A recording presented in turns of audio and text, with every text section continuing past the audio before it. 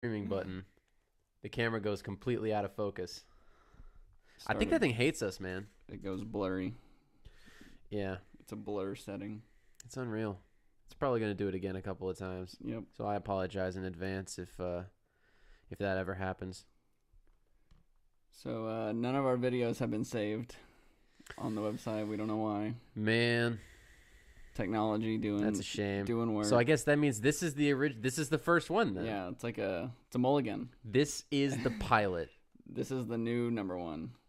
Okay. Except it's not, but it is. And we'll start saving these. Yeah.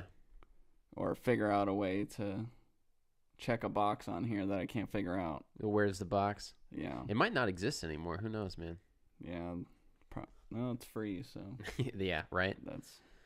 They get you. They get you in ways. Yeah. All right, so we got opening day yesterday. Man. It was a fun opening day. Yes. For most teams. Well, yeah, for half the league it was very fun. Yeah. For the other half it was exciting. Yeah. Yeah. That's a good word. And disappointing.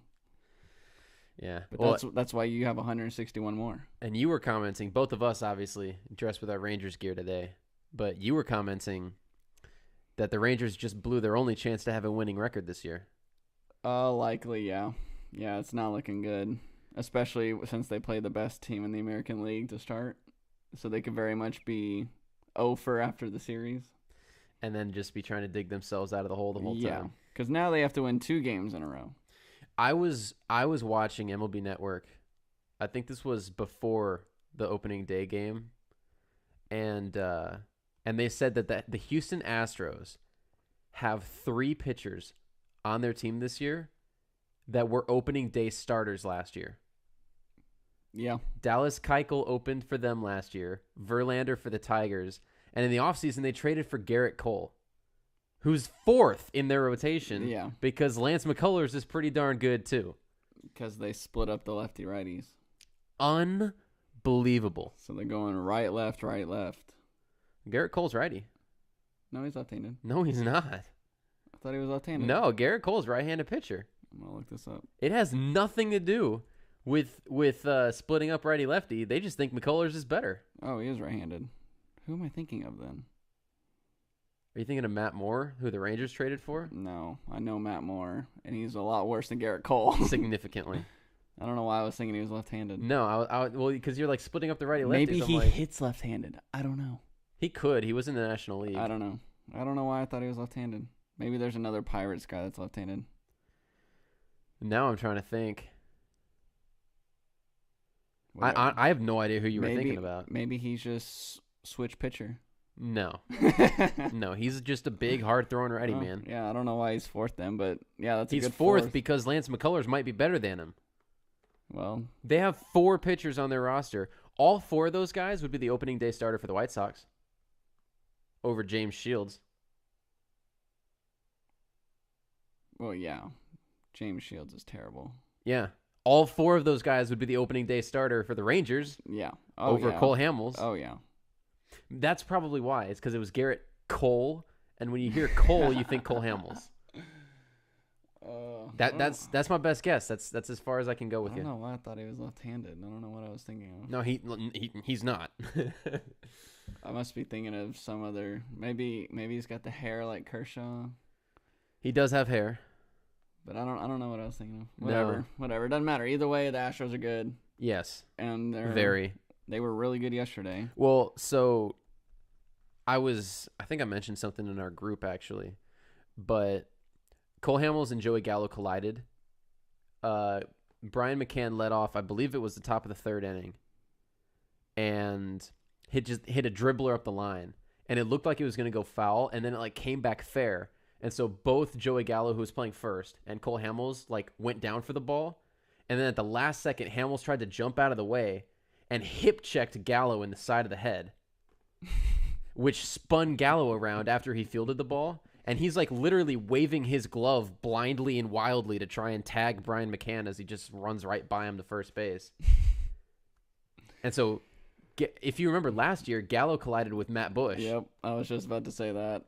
on a pop-up. And both of them had to come out of the game. Yep. But this time, they both stayed in the game. And Cole Hamels, 12 of his next 14 pitches were out of the strike zone.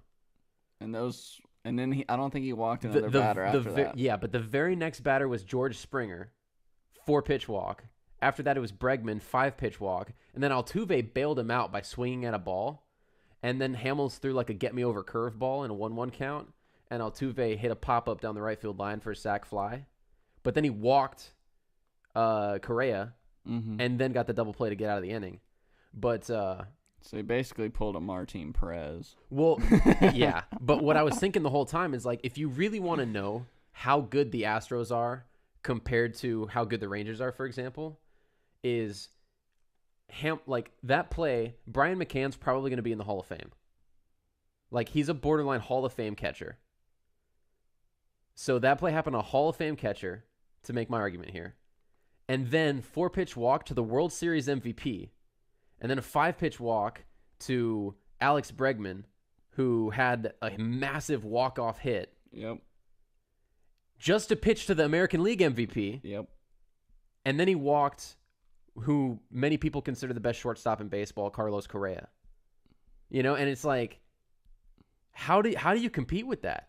You don't. He's like, he'd be their number 5. Cole Hamels? Yeah. Would he start over Charlie Morton? Yeah. Did you see what Charlie Morton did in the playoffs? Yeah. That dude was untouchable, man. No, it reminded me of the way Bumgarner stepped up for the Giants. I agree. I agree. Actually, I think Charlie would be really good out of the bullpen because he can bring the heat. Yeah, but they don't really have another guy to put in the starting rotation. But he's a guy that stuff-wise, he'd be fine facing 3 or 4 batters every game. Okay, so it's interesting because you said they don't really have another guy to go into the starting rotation. Their draft plan was for that to be Mark Appel, if you remember that draft pick. Yeah, he's doing well. Remember who they passed on instead of Mark Appel? Chris Bryant. How good would this Astros team have been? I think it worked. It's stupid, man. I think it worked out for both teams, though. You mean like them and the Cubs? Yeah. Yeah, because they both ended up winning a World Series. The Cubs don't get there without Chris Bryant, but the Astros got there without Chris Bryant. I know. It's crazy, but man. Maybe if they had Chris Bryant, they wouldn't have won. No, if they had Chris Bryant, they would have won the year before. When Dallas Keuchel was really pissed because they didn't trade for anybody at the deadline. Well, maybe now they're on a crash course to play each other. Ooh, are you calling Astros Cubs World Series? I don't know. I haven't thought that far. I personally don't think the Cubs pitching is good enough. I think it's fine. You think it's fine? Yeah. See, they made some good under the radar moves like a Tyler Chatwood. See, but I don't think a fine starting rotation gets you to a World Series. Well, having a great one doesn't either. Like, the only team I can think of that had like regular postseason success with a fine starting rotation was the Rangers in 2010-2011. I mean, it can be done. But they even needed to get Cliff Lee to put them over the hump in 2010. But but then they lost him and they still went to the World Series. Yeah. It's just get in the playoffs and play ball. Because at that point, everything's out the window. Rosters are out the window. You got to go play the game. Because speaking of Cliff Lee, when he reunited again with the Phillies, they were like, oh, man, look at that rotation. It's unstoppable. Nothing happened. You have to go out and play the games in the end. Well, nothing happened because that's when they had... Wasn't Jason Worth on that team? Was he on the Phillies? Not at that time. No, I think he had already gone on to the Nationals. But Ryan Howard was getting overpaid. Right. I mean, they were aging offensively, but pitching-wise, you say pitching's everything, which it is. But you still got to score runs at some point. Yeah. Speaking of scoring runs, Giancarlo Stanton, first at bat as a Yankee. Home run to right. Yep. And then he did it again. And then he hit another one. Well, and he had a double in the game. His slugging percentage is over 2,000. He's hitting 3 for 5 with 3 extra base hits, 4 RBIs. And one of his outs, it was one of those where like he just missed the barrel of the bat, but he had the launch angle, and he hit what was like a kind of hard line drive about 380 feet to center field. So you're saying the pressure didn't get to him on day one? No, not at all. And he's not even leading the league in home runs. That's right. Because Matt Davidson of the White Sox went deep 3 times yesterday. You know, I was like, who is Matt Davidson? Because I don't pay any attention to the White Sox because they're so bad. Yeah. He hit 26 home runs. He hit 26 home runs last year. Which is really good. And he's on pace for, I'm trying to do some like 486 this year. Yeah. He's gonna make the Hall of Fame after this year. Home run wise. Well, the reason why you don't know who Matt Davidson is, this is the first time that he's played on opening day. So like, he wasn't on their opening day. Like he wasn't in the lineup last year on opening day. So if he was, he would have hit 29 home runs last year. He could have. We'll never know. Yeah. We will never know, man. Can't deny the man has 3 home runs. Right? Which they're also leading the league in runs. And by league, I mean everybody. Because they scored 14. Unreal. Yeah. So I think the first game, I believe these are chronological, right? Yeah, because the Cubs Marlins was first. And the Pirates and Tigers was Ian early. Happ was leading off for the Cubs, hit the first pitch thrown of the year. Yep. Over the right field fence for a home run. Gone. Which is a sign of things for the Marlins. Yeah. They're so bad. Yeah. And obviously they're bad. They traded their whole team. They still have Justin Bohr. They traded their whole team. Is Martin Prado still on their team? I don't know if Martin Prado's even in the He's one league. of those guys that like I kind of lost track of when he went to the Marlins. Yeah, he's just one of those utility guys that plays every day but at a different spot. Yeah, he was at third base. He played second, played left field. Yeah, according to this, he's still in the Marlins, which means Did he play yesterday? He has to be playing because who else is going to be playing? Yeah. They even traded away a Danny Echeverria. Yeah, that's right. Yeah, and their whole outfield's different. It's night and day with that team. Yeah. Not that they were necessarily going anywhere anyway. Now, the one bright spot they can lean on, they have Starlin Castro had a good year last year. True. And they traded for Lewis Brinson, former Ranger prospect. And Brewer. Yeah. He was the big piece that the Rangers sent the Brewers in the Jonathan Lucroy trade. And then he was the big piece that the Brewers sent to the Marlins for Christian Yelich. I don't see Prado in their lineup, so I don't even know if he's still on their team. Dude. He's in the organization, though. Yeah, he might have been on the bench. I don't know. But yeah, that team's bad. But yeah, Ian Happ going yard ball.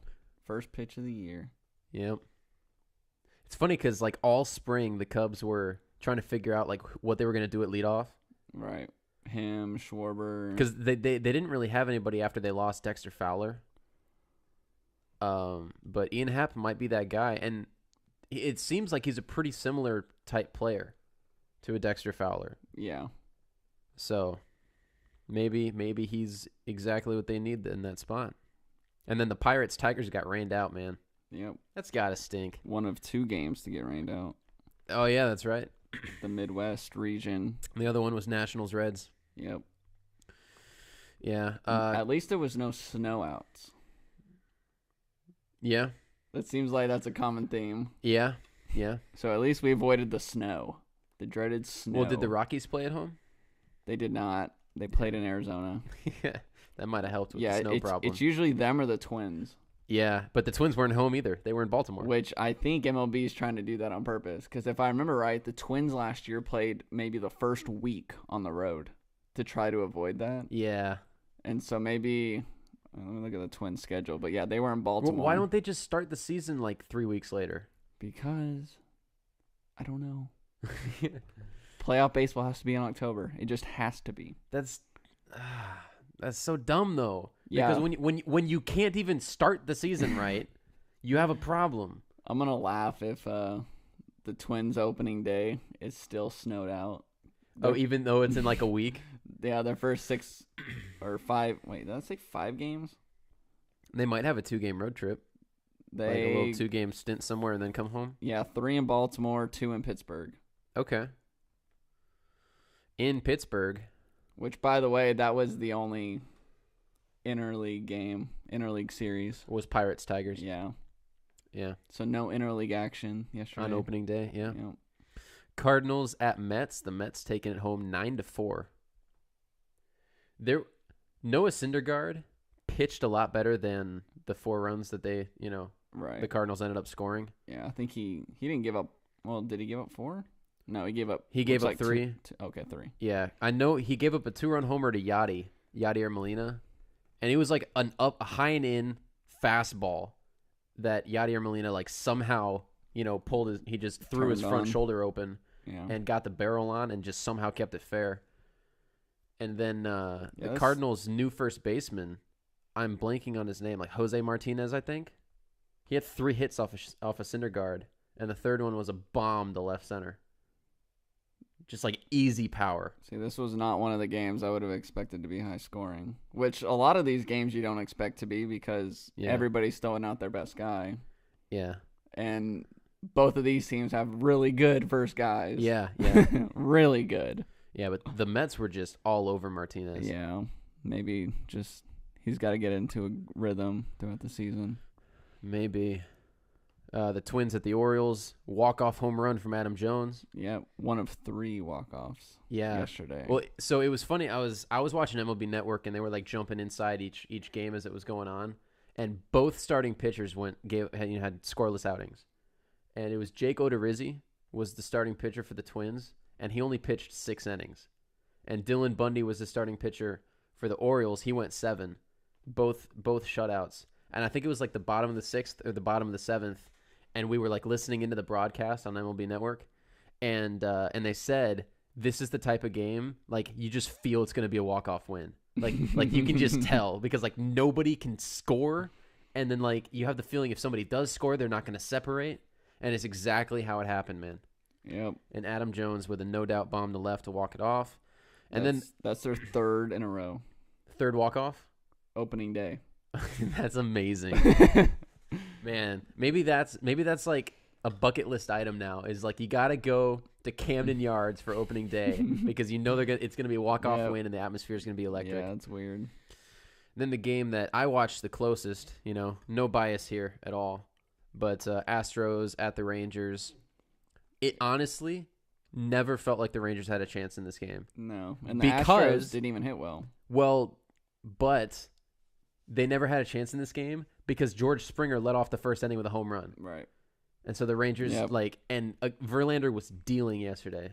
Which, hey, by the way, the last time George Springer led off the season with a home run. They won the World Series. Yeah. I thought about that too. I literally, that exact thought crossed my head. He did it again. But yeah, not Springer as good hit as a home run. Not as good as Ian Happ, but. Yeah, and then Marisnick actually hit a similar pitch that Yadier hit out, that like up and in fastball. But the difference was that Cole Hamels was throwing in the high 80s. Syndergaard was throwing in the high 90s. Mm-hmm. So a little bit easier of a pitch to turn around on. And then the Yankees at the Blue Jays. Stanton with 2 home runs. I think Aaron Judge hit a double. Yeah, Severino was good. Yeah, Luis. But, okay, so interesting story out of Toronto. This is a contract year for Josh Donaldson. Did you see the way he was throwing the ball to first base? No, I didn't see any of this game except for Stanton's home run. I've heard they're describing it as he has dead arm right now. Like he's crow hopping and one hopping the ball to first base from third. Josh Donaldson. That's not good. No. Like it looks. Do you remember Ryan Zimmerman? Yeah. And what happened to him? Yeah, because he had to move to first base.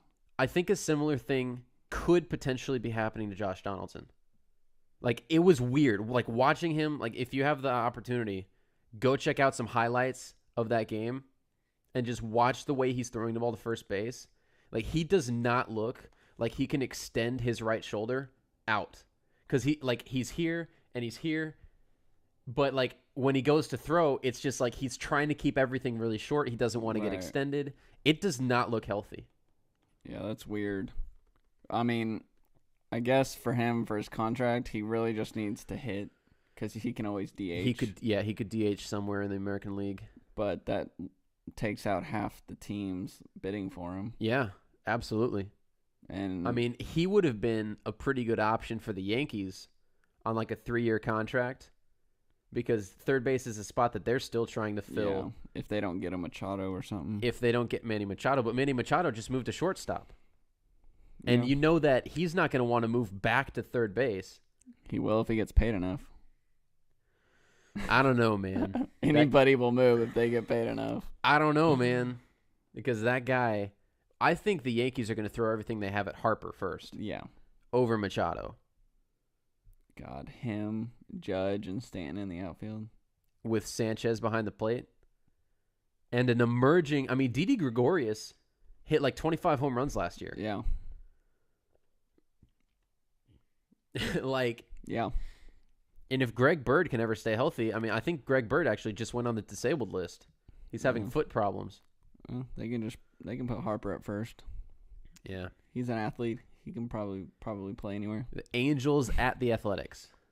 Another walk-off. But do you want the perfect example of opening day overreaction?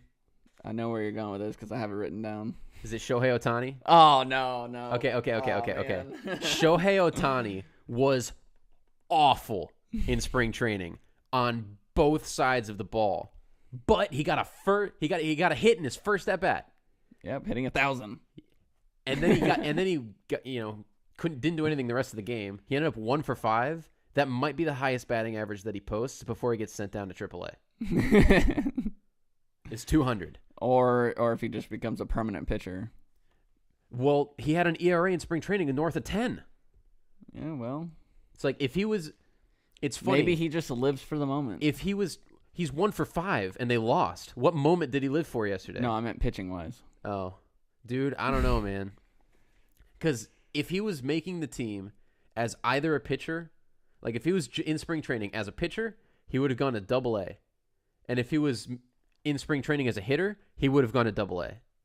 But since he can do both, spring training was an opportunity for him to showcase that he's MLB ready, and he did anything but. And he got a hit in his first at-bat yesterday, and so that's the narrative, right, is that the spring training, he was getting used to the country, he was getting used to his teammates, the dugout, the culture, whatever, right? Like, no. I mean, it'll take him at least a year to get used to everything. Man. Or maybe it's an overreaction saying that he went 1 for 5 and the world is falling.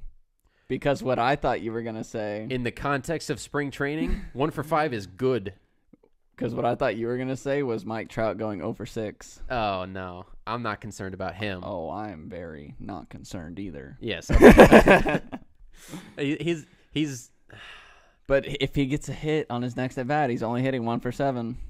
It's not good enough. Well, he always starts slow. But usually slow for him is 2 for 6.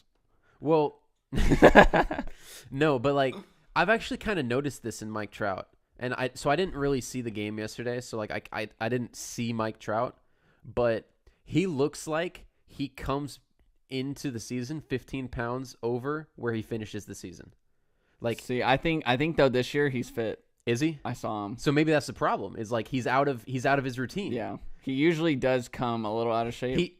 It's not even out of shape. He just comes pudgy. Right. Which is fine. I saw him hit one the final game of the spring training, and I saw him and I was like, he looks pretty thin. Yeah. Like thinner than I remember. Ooh.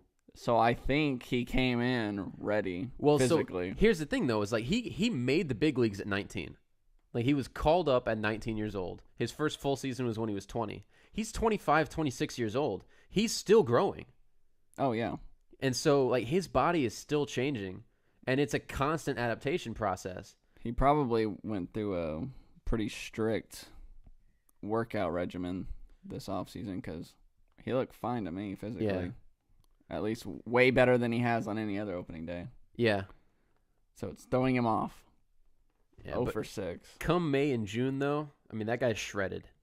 Like, it's something else. He'll be fine. The Brewers beat the Padres 2-1. Extra innings. Another extra inning game. Yeah. I honestly don't have much to say about this game. Like, other than it's a good game for the Brewers to win because they're going to need to win games like this. Yeah. over the course of the season to have a chance at that wild card. Yeah, the good thing for them is they're in a division that's Second place there's is open. games to be won. Second place is open for grabs. So the I think- wild card is there, and they're kind of like the hype team this year.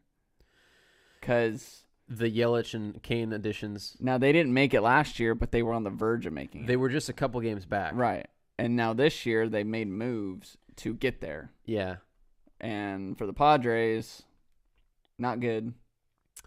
No, they're in trouble. Yeah, they're not going to be very good, even with Hosmer.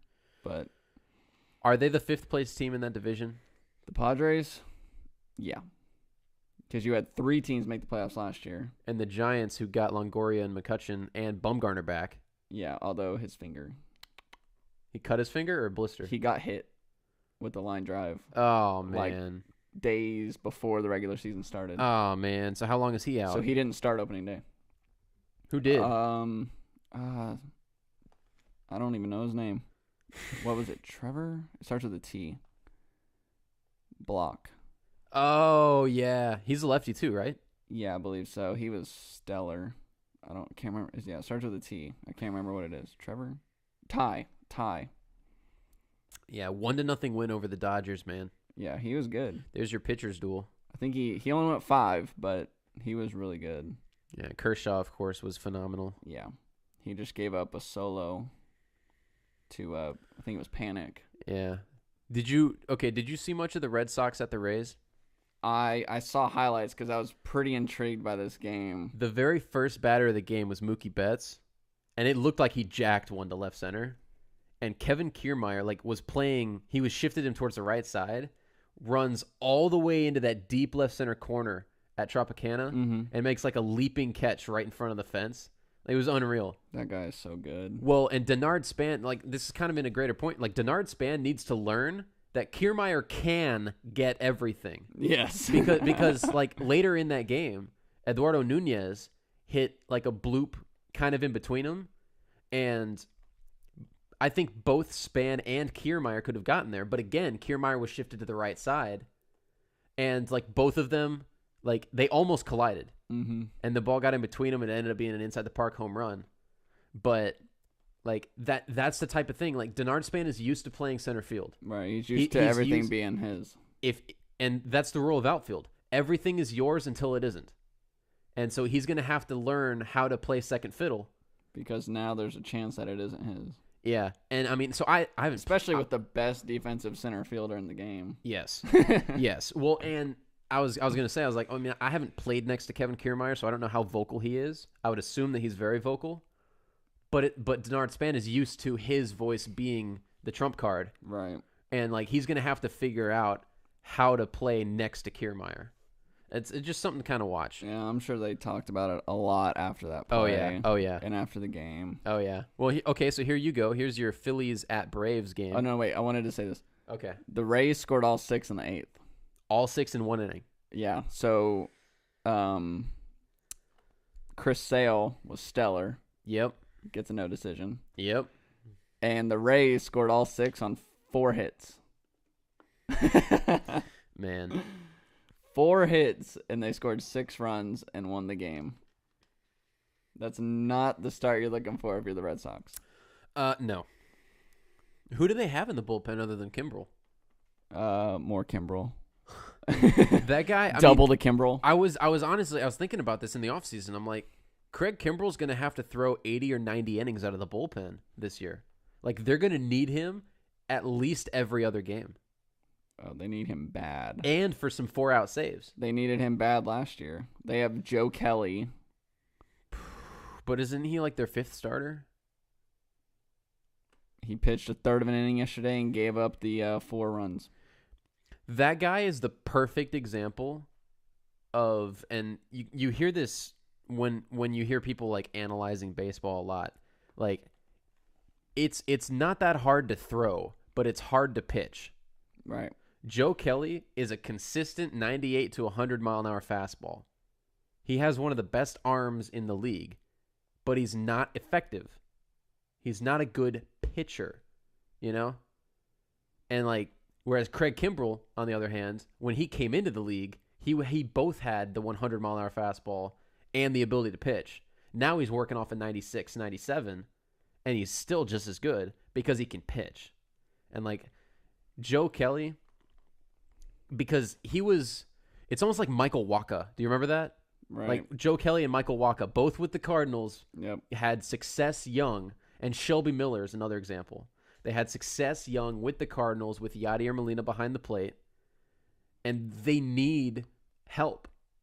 Like they're good talents, but they're not good pitchers at this level. At that level. If Joe Kelly's ERA was a passer rating, he'd be really good. 108 ERA. If his ERA was a passer rating, he'd be a top 10 pick. That's what you're telling me? He'd be going number 1 to Cleveland. Brandon Whedon. 108 ERA. He had 3 walks. That's not good. In a third of an inning. All right, now Phillies Braves. Phillies. Gabe Kapler coming up clutch. Phillies bullpen coming up clutch for my Braves. Up 5-0 in the 6th were the Phillies. Everything was going smooth. They're kind of like that under the radar pick this year, it seems like. They're not going anywhere. Which they're not. Yeah, they're not going anywhere. But a lot of teams are like, oh, here they come. Not yesterday. No. Not even close. That's why you play 9 innings. Well, they signed Jake Arrieta and Carlos Santana, and all of a sudden they're going to the World Series? Yeah. No. I was hearing things about Rhys Hoskins. Oh, yeah, their new left fielder. Defensively, though. Like, how he's terrible. Yeah. And there's discussions on, you know how analytics are these days with the advanced stuff. Yep. On yeah. on shifts and placement. Yeah. Well, now they're thinking, okay, well, if we have a dead pull guy come up, let's just move him to right field. They're going to switch their right and left fielder. Right. Based on who's at the plate. Mid-inning. Yeah. Because he's that bad. Yeah. Like, if the Cubs think they have a problem with Schwarber, oh, this is a bigger problem. I think it actually is a bigger problem. I think Hoskins is bigger than Schwarber. Well, Schwarber cut some weight this year. Yeah. He looks like he's 20 to 30 pounds lighter than he has been in the past. He came in serious, and he for sure. still hit a bomb to right field. Oh, yeah. Opening day. But, yeah, the Hoskins thing defensively cracks me up. I mean, he still went, 2 for 3, looks like.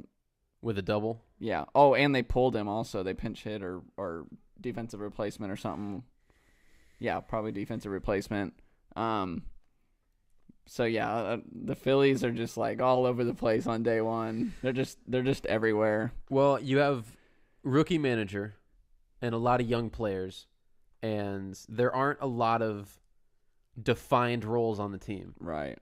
And their leaders are the new guys. Are the free agents that haven't been there for more than a month. Right. Yeah. It's tough. And I think it's weird. We actually talk, like, we experience this in the teams that we run in slow pitch. Right. But it's like having guys that understand and can flourish in their role, because not everybody can be the all-star center fielder.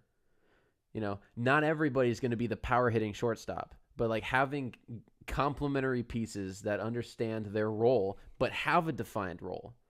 Because also I think you can go too far in the other direction where in the NBA, it doesn't hurt you as much. You know, this positionless basketball that you keep hearing about. Right. You know, but like in baseball, like you can't play positionless baseball. Nope. Like at some point, you need somebody in center field to cover some ground. You need the double play combo at the middle. You know, it's like you've got to have the defined roles. Yeah. A third baseman that can get it to first. I think, yeah, Josh Donaldson. That's crazy, dude. But I think that the Phillies, they're going to be discovering this over the course of the next, I don't know, probably 50, 60 games. And then I think you'll see the roles very clearly defined. Yep. Whatever rotation defense they're going to use is going to work itself out or not exist by that point. You know? But Kapler pulled Mr. Nola. Aaron Nola. After 68 pitches. Was that in the 6th inning? Yes, he got credited with 1 earned run. So he, I think it was Inciarte got on and they pulled him. And then that's when Freeman hit a homer. Yeah, immediately. To cut the lead. And then the 8th inning happened, and just everything went downhill for the Phillies. They blew the 5-run lead with the bullpen. So, like, you can blame Kapler, but you can also blame the bullpen. Yeah. A bullpen needs 11 outs. Yeah. Well, so with a 5-run lead, Kapler, and it's gone. Kapler made the decision to take out Aaron Nola. And how many runs did they score in that inning? 2. So they were still up 5-2. Right. So then everything that happened after that was independent of that decision. Right. Like the 7th inning went fine. Yeah. No runs. Then all of a sudden the 8th inning happens and you have a solo home run, a error on the catcher that scored a pass ball, sorry. Yeah. And then that scored a run. And then it wasn't a bloop, but it was a line drive single up the middle on a rope that tied the game. And then you go to the 9th and you just blew a 5-run lead. You're not thinking you're going to win. And then they walk Freddie Freeman intentionally to get to Nick Markakis, and Markakis says, "Thank you, see you later, drive safely." Like 430-foot yeah. bomb to right center. Yeah. That's probably the farthest ball he's hit Ever. since leaving Baltimore. Since ever. He crushed that ball. Yeah. And that ball was right out over the middle of the plate. Yeah, it says 427. 427? Yeah. Well, I was just like judging in my head because I saw how far it went. And it was gone. Yeah. It was very much gone. It's funny because we say that Giancarlo Stanton's 2 home runs totaled like 890 feet. And so it's like his average home run on the year is like 440. That was probably underestimating it. Dude, that second one he hit was like borderline third deck in center field. Oh yeah. He's going to have fun with some launching pads in that division. Yeah. Well, all he has to do is pull the ball in Boston. Oh yeah. And it's an extra base hit. Everywhere in Toronto. Yes. Camden Yards is a hitter's paradise. Yep. The only one that could be a problem is Tropicana. Yeah. And even then, if he hits a catwalk, it could be a home run. But I would say, but I would say that Tropicana is a better hitter's ballpark than Marlin Stadium was. Oh, yeah. I think all of them are. Yeah, for sure. So, yeah, since the Padres moved the fence in, I think Marlins Park is the toughest one to hit home runs in. And even they've tried moving the fence in a little bit. Yeah, he almost hit 60 last year. I think that if he stays healthy, that's very doable. This is my honest opinion. I don't think that 70 is out of his capability this year. I don't think it will be the next couple of years. Yeah, like sometime between now and 2022, if he is still on the Yankees, I think he hits 70 home runs in a season. He very well could, as long as he stays healthy and plays at least 155. I'd say it would take 155. Yeah, because you're basically just under 1 home run every 2 games, which is about a home run every 6 or 7 at bats, which is crazy. But when that guy starts playing regularly in Yankee Stadium, he's gonna realize how easy he can swing and flick the ball the opposite way. Yeah. For a 330-foot home run down the right field line. And he might have those 4 or 5 swings where he barely misses it and it still goes out. It is forever ingrained in my memory. The line drive home run that he hit down the right field line a couple of years ago. What stadium was that at? That was in Marlins Park. Oh, was it really? And I believe it was on a curveball. It was like a slow backdoor curveball. And he just kind of goes over, he just reaches out and just barrels it up down the right field line.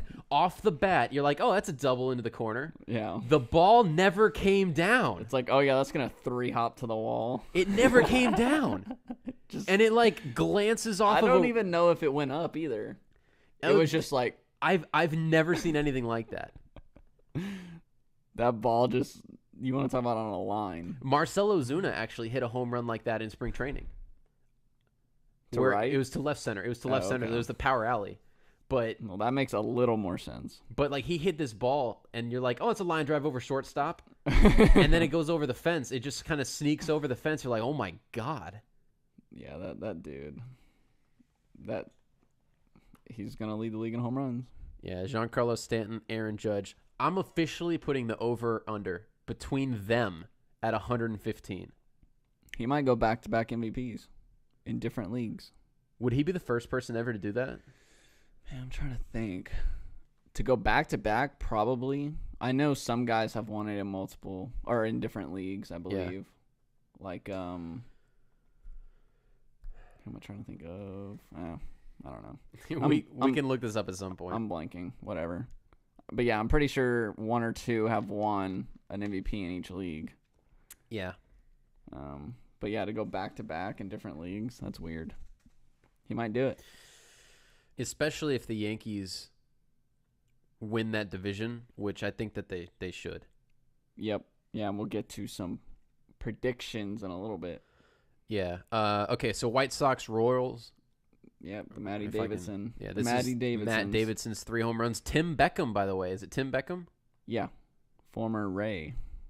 Yeah. Okay, so Shortstop, right? Or I second always baseman? confuse who's the shortstop that the White Sox traded to the Orioles, who is now playing third because he switched with Machado. That might be him. That might be Tim Beckham. I didn't know if they traded him, but yeah. I think there's a Tim Anderson. Is it Tim Anderson that's the White Sox player? Oh, my God. Beckham was with the Rays. Because now you have me thinking of Gordon Beckham, too, and now I have Tim Anderson and Tim Beckham. It's Hang like, on, I'm did they have figuring a this out. kid? Tim Anderson. There we go. He also had 2 home runs in this game. Okay, so Tim Anderson's on the White Sox. Tim Anderson is on the White Sox. And I believe Beckham's on the Orioles. And Tim Beckham is on the Orioles. I think he was a trade deadline acquisition last year for the Orioles. Yep, Tim Beckham. There it is. Okay. We've got that straightened out. They're both Tim. Okay. So Tim Anderson. And they're both also, infielders? It was in the same... His 2 home runs came in the same innings as 2 of Matt Davidson's. Were they hitting next to each other, like back to back, or no? I don't think so. He's probably hitting leadoff. I can pull up the lineup again. He's probably hitting leadoff. No, Tim Anderson is hitting 7th in the order. Oh, okay. And Davidson's hitting 4th. Okay, yeah. So or no, that's 4th and 8th. Okay, so they had a pinch hitter here. Okay. Okay, so 4 and 8. Yeah. Wow, that means everybody else in the middle had to get on. 4 and 7. 4 and 7. Yeah, well, Nicky Delmonico, who started at left field for them, had 2 walks. So it must have been in those innings. Yeah, probably. Advancing the lineup. It's crazy, man. Yeah, 3 home runs and 5 RBIs on opening day. White Sox. It's his first opening day. Jose Abreu went deep, too. Everybody went deep on the Royals. The Royals going to be a rough year. Well, and that was the one starting pitcher for the Royals that you're not concerned about. Danny Duffy. Yeah. But it was that second time through the lineup, man. It's like there are just some pitchers that don't have another gear to go to. And they're bullpen pitchers. Those guys, it's who's that guy that we were just talking about? Charlie Morton. Yeah. For the Astros. Like he's like the perfect guy cuz he can just ramp it up. Yeah. For 2 or 3 innings. He can bring the heat. But yeah, scoreless. They were up 4-0 after 3 innings. And then the White Sox were up 8-4 after 5. Yep. Yeah, and they scored all those in the first and then didn't score again. Yeah. Until the 8th and the 9th. Yeah, until late when the game was out of reach. Yeah, man. And then we've already kind of touched on the Giants-Dodgers pitching duel. Yeah. Ty Block versus Yep. I watched the end of that game. It was a good Clayton game. Kershaw. Yeah. And Joe Panic's home run was straight down the right field line. He kind of like... Who did he hit that off of? Was it off of Kershaw? Yeah, it was off of Kershaw. Okay. And they were both kind of watching it to see if it would go fair. And if you just watch Panic watching it, he kind of stopped. He didn't really start jogging, but he kind of stopped. Thinking he slowed down. Yeah, he was like, oh, it's going to go foul. And then it went fair. And it just stayed long enough. Yeah. It's one of those that kind of hooked around the pole. Yeah. And that was all they needed. Rockies at Diamondbacks. Diamondbacks bringing home the W. Yep. Now, okay, of any series being played right now, this is the most important series because these are 2 teams fighting against each other for a wild card spot. Yeah, just like they were last year. And so, like, if I know that it's kind of like opening day, you know, whether you win, whether you lose, it's not going to affect the season. This series matters. They all matter. Yep. All 19 games they play. This matters a lot. So the Diamondbacks out to a 1-0 series lead. That's big. And then the Indians at the Mariners. There's Nelson Cruz, right, with the 2-run bomb off of Kluber? Yep. And then the Indians had chances late, like so many chances late. Yeah. To tie this game, and they just could not bring in the run. Pretty cool stat. Felix Hernandez became only the 7th pitcher ever in the history of baseball to start 10 consecutive opening day games. 7 all time, and he's one of them. That is elite company. I think it's really easy to forget how good he is because the Mariners themselves, don't they have the longest playoff drought in Major League Baseball? Yeah. And they've been like hovering around 500 for the past couple of years. Yeah, they're always that pick to like make they're the gonna, they're going to be the team that breaks through this year. They're going to take that next step. They're the surprise team, that you think can like make a run to the World Series. Yeah. And then they don't make the playoffs. But yeah, they haven't made it since Ichiro's rookie year, 2001. Yeah. So there's actually a game going on right now. Rain out makeup. Pirates at Tigers. Pirates are up 4-2. Let's check the box score. Let's see what's going on here. Well, I know Garrett Cole's not pitching. Yeah. Ivan Nova looks like he went 5 innings, 2 earned runs for the Pirates. Yeah, I expect him to have a good year. Oh, my God. Who started for the Tigers? Leonis Martin is the starting center fielder on opening day for the Tigers? For the Detroit Tigers. Dude, it's going to be a rough year for the Tigers. Jordan Zimmerman started for the Tigers. Oh, yeah, that's right. He gave up 4 runs. He had 8 strikeouts, but 4 earned runs in 6 innings pitched. They're going to need a lot more out of him if they're going to do anything. If they're going to win 70 games. Yeah. Yeah, they're in trouble. They need a lot out of him to win 70. They are in trouble, man. That's kind of the baseball news. So are they having a doubleheader today? I would imagine so. Let me scroll down and just see. I tried looking and didn't see a second game posted anywhere for them or the Reds. But they both have day games. Or maybe it's for Saturday. No, because it doesn't look like it on. I mean, I'm on the MLB schedule here. They might honestly, both have like the same off day later in the season, and just meet up for the game then. I mean, I'm not as concerned for the Reds and Nationals because they're in the same league, but Pirates Tigers, that's tougher. Yeah. So I figured they'd either have to have the doubleheader today or doubleheader Saturday. Yeah. Because they're not going to play each other again. Yep. I don't know. Well, that's the baseball news thus far. All right. You want to make predictions? Oh, of like who's going to win the divisions? Yeah. How, like over under for each team or no, just like the main places. Ones? Okay, yeah. Like first 1 through 5. Absolutely. Let me Okay, awesome. I can share my screen again. So this shows the American League East first. You want to start there? Is that cool? Yeah, that's where I am. I like the Yankees to win. The division? Yeah. I really think it's only a 2-team race. Yankees Red Sox? Yep.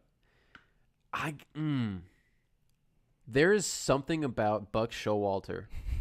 Do you know what I mean? Oh yeah, he always overachieves his teams. And I personally think that the Red Sox are like that team that will underperform this year.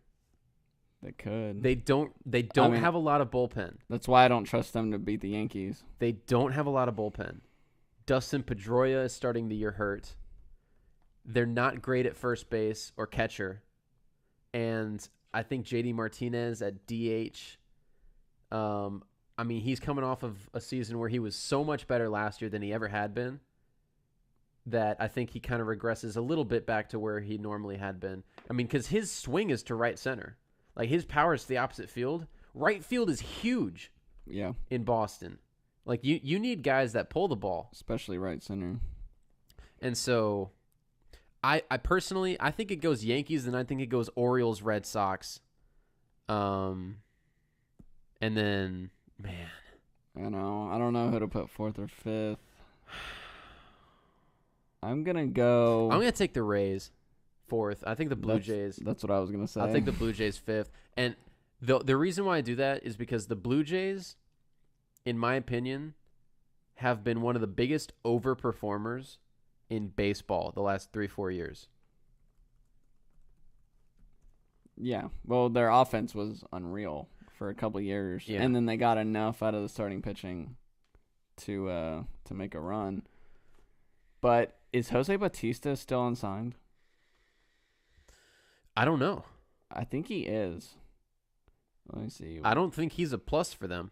No, they were the only team that would sign him last year. Yeah. And I know it was on a 1-year deal. And he was looking for 100 to 150 million. That's funny. He's like 38. Yeah. Yeah, I don't think anybody has signed him. Oh, that's too bad. That is too bad. Well, you know that we're not too worried about whether or not he has a job. Oh, yeah. I don't even care. He's 37 years old. 37? Yeah. I mean, teams came out and said, oh, yeah, well, we're not going to sign him. That was last year. Yeah. Well, there were teams that we're not going to sign him just because we don't like him. Right. Like we don't think he's a good fit on our team and in our. And so the Blue Jays were like, okay, come on back for less. Yeah. 1 year, and now he's not even there. So, yeah, I'm going to go Blue Jays last. Yeah, I'm taking them last. Too bad for them. American League Central. Oh, man. It's funny because they currently show up at the bottom after one day. But there is nobody in this division that's anywhere close to the Indians. No, it's... This is the most obvious division in the entire... it's even more obvious to me that the Indians win this division than the Astros win the West. Yeah, because at least the West is a little more competitive. Because at least the Angels and the Mariners might go 500. You know? One of them could make a run in August and make it interesting. This division is so bad. So bad, especially at the bottom. Oh, my God. I honestly think the White Sox will be in either second, third, or fourth place this year. This division actually reminds me of the National League East. Yeah, with the Nationals and then everyone else. Right. It's like, who do you put 2 through 4? It's just like, oh, there's 2 and there's 3 and somebody's got to be 4. Yeah, so I got the Indians winning this division. And give me the Twins too. Yeah, I don't love it, but they were really good last year. And then I'll take the White Sox 3, Royals 4, and the Tigers 5. That's exactly what I was going to say. And the White Sox are out to an early lead. They're the only team with a winning record. They are a game up on the Royals. They're the only team with a win. Yeah, and the Tigers are losing right now to the Pirates. Yeah, the Tigers are bad. I think they're the worst team. They have Leonis Martin starting and leading off in center field. I think they're the worst team in the American League. I agree because they're worse than the Blue Jays, who I have at fifth place. Right. Fifth place. But are they worse than the A's? I'm going to go with yeah. And they have Miguel Cabrera. And I'm going yeah. Because they unloaded a lot. They basically just said... Traded away Upton. Yep. Verlander. Martinez went to the Diamondbacks, and now he's on the Red Sox. They don't have pitching. Yeah. Their best hitter's getting old. It's rough. Yeah. And they're in a bad division, and they still might finish with the worst record. They are the Angels, having traded away a couple of pieces without Mike Trout. Yes. That's who the Tigers are. Yes. Very old at first base. And just rebuilding. They're just rebuilding. Yeah. It's just where they are now. It is a shame. Is it Mr. I? Who? Who's the owner for a long time that won a championship before he died? And they made the World Series in 2012. You know? Yeah. It's kind of a shame it's all falling apart. But you got to applaud what they're doing. Yeah. You have to realize where you are. They started making moves to rebuild. So I think we can kind of check out on the Tigers until 2021 and then reevaluate then. Yeah, they just need to make moves and get some prospects. Yeah. But you have to know where you are in order to build yourself back up. Yeah. You can't just say, oh, well, let's be average and maybe we can do something. Yeah, the Dallas Mavericks strategy does not work. Well, it's working right now. All right, so... American League West? Yeah. This one, I already know. I already know the order. I already know what's going to be. All right, tell me. It's going to be the Astros, clearly. They're so good. They're trying to repeat. Then you got the Angels, vastly improved. Another guy the Tigers traded, Ian Kinsler. Yep. And they got Zach Cozart in free agency. Yep. To play third base, which Yunel Escobar is like the most overrated player I've ever seen. It's funny because while he was there, everyone's like, oh, yeah, they're hitting 330, at third base, so they're fine. But, like, now that he's gone, you can hear, like, all of these analytics people that were just like, they were so bad at second base and third base last year. And, like, now they have Zach Cozart.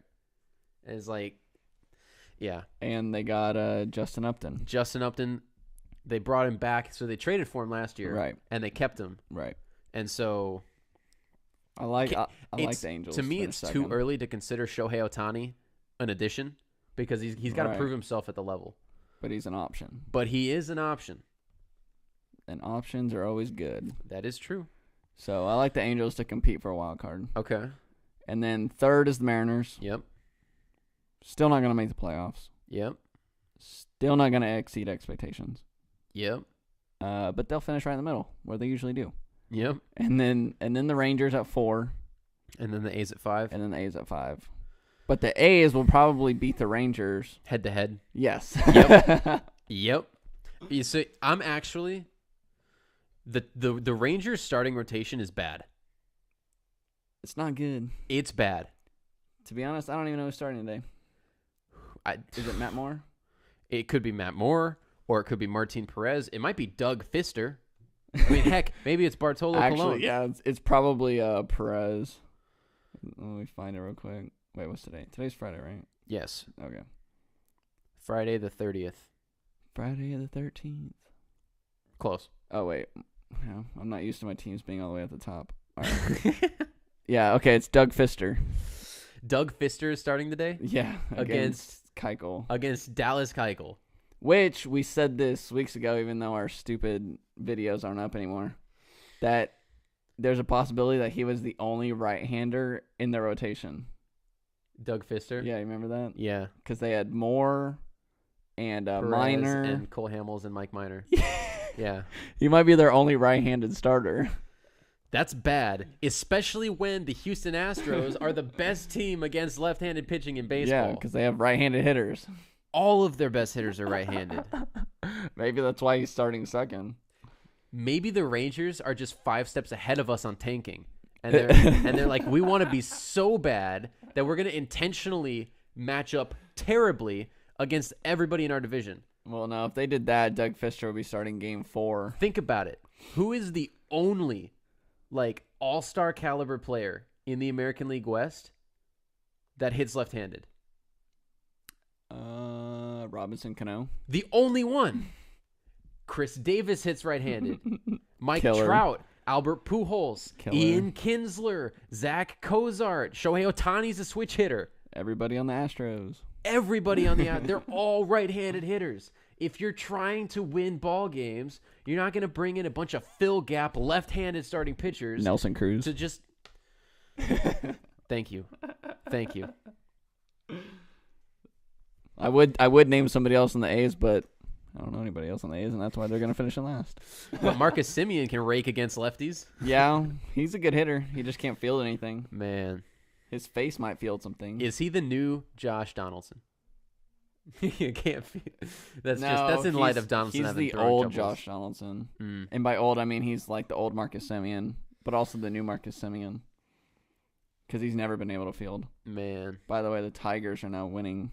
Weren't they down 4-2? they were down 4-2. So what happened? What changed? Oh, I don't know. I just saw the score. I'm just here for the score. I got you. It's all about wins and losses. It's not about how you get there. Here, It's just I'll look about though. getting there. I'll look though. They put Okay. up a 3 spot in the 7th. Machado. Oh no, wrong Machado. Wrong inning. But that's not Maney. No. Okay, Miguel Cabrera must have heard me because he doubled to deep right, scored 2, and then Nick Castellanos singled. I think Miguel Cabrera is going to have a similar end of career as David Ortiz. Yeah, he just got a DH. Like, he's going to DH, play a little first base, mainly in the National League, park. Yeah. But like David Ortiz had his best year of his last 3 or 4 years in his final year. And like, I can see McGuire having that type of end Mm-hmm. where how old is Miguel Cabrera? Like 35, 36? I don't even know if he's that old yet. He might be 34. When did the Marlins win the World Series? 2003. And he was on that team, wasn't he? Right. Yeah, he's 34. Okay, he's 34. For, 2.5 more weeks. So he's 35 for the majority of the season. Yep. How many years does he have left on that contract? Oh, it's got to be a lot. What did they sign him to again? Was it 9 years? I thought it was 10. Oh man. Oh, it was 8. 8. Okay. He had an 8-year deal, and how far into it is he? Let's see. He signed that started in 2016. So this is year 3. So he signed from 16 to 23, right? 25 through age 41. 25. That's a 10-year deal. Oh, so it must have been an 8-year extension. Right. Yeah. Okay. On top. But I'm seeing base salary at $28 million to start. 1, 2, 3, 4. Okay. Yeah, it's 10 years, but yeah, it was an extension.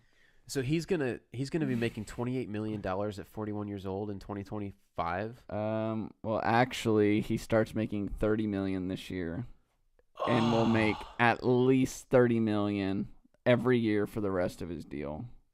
Oh my God! His age 38 and 39 seasons, $32 million. So they gave him an extension right at the end of their run. That is terrible timing. Terrible.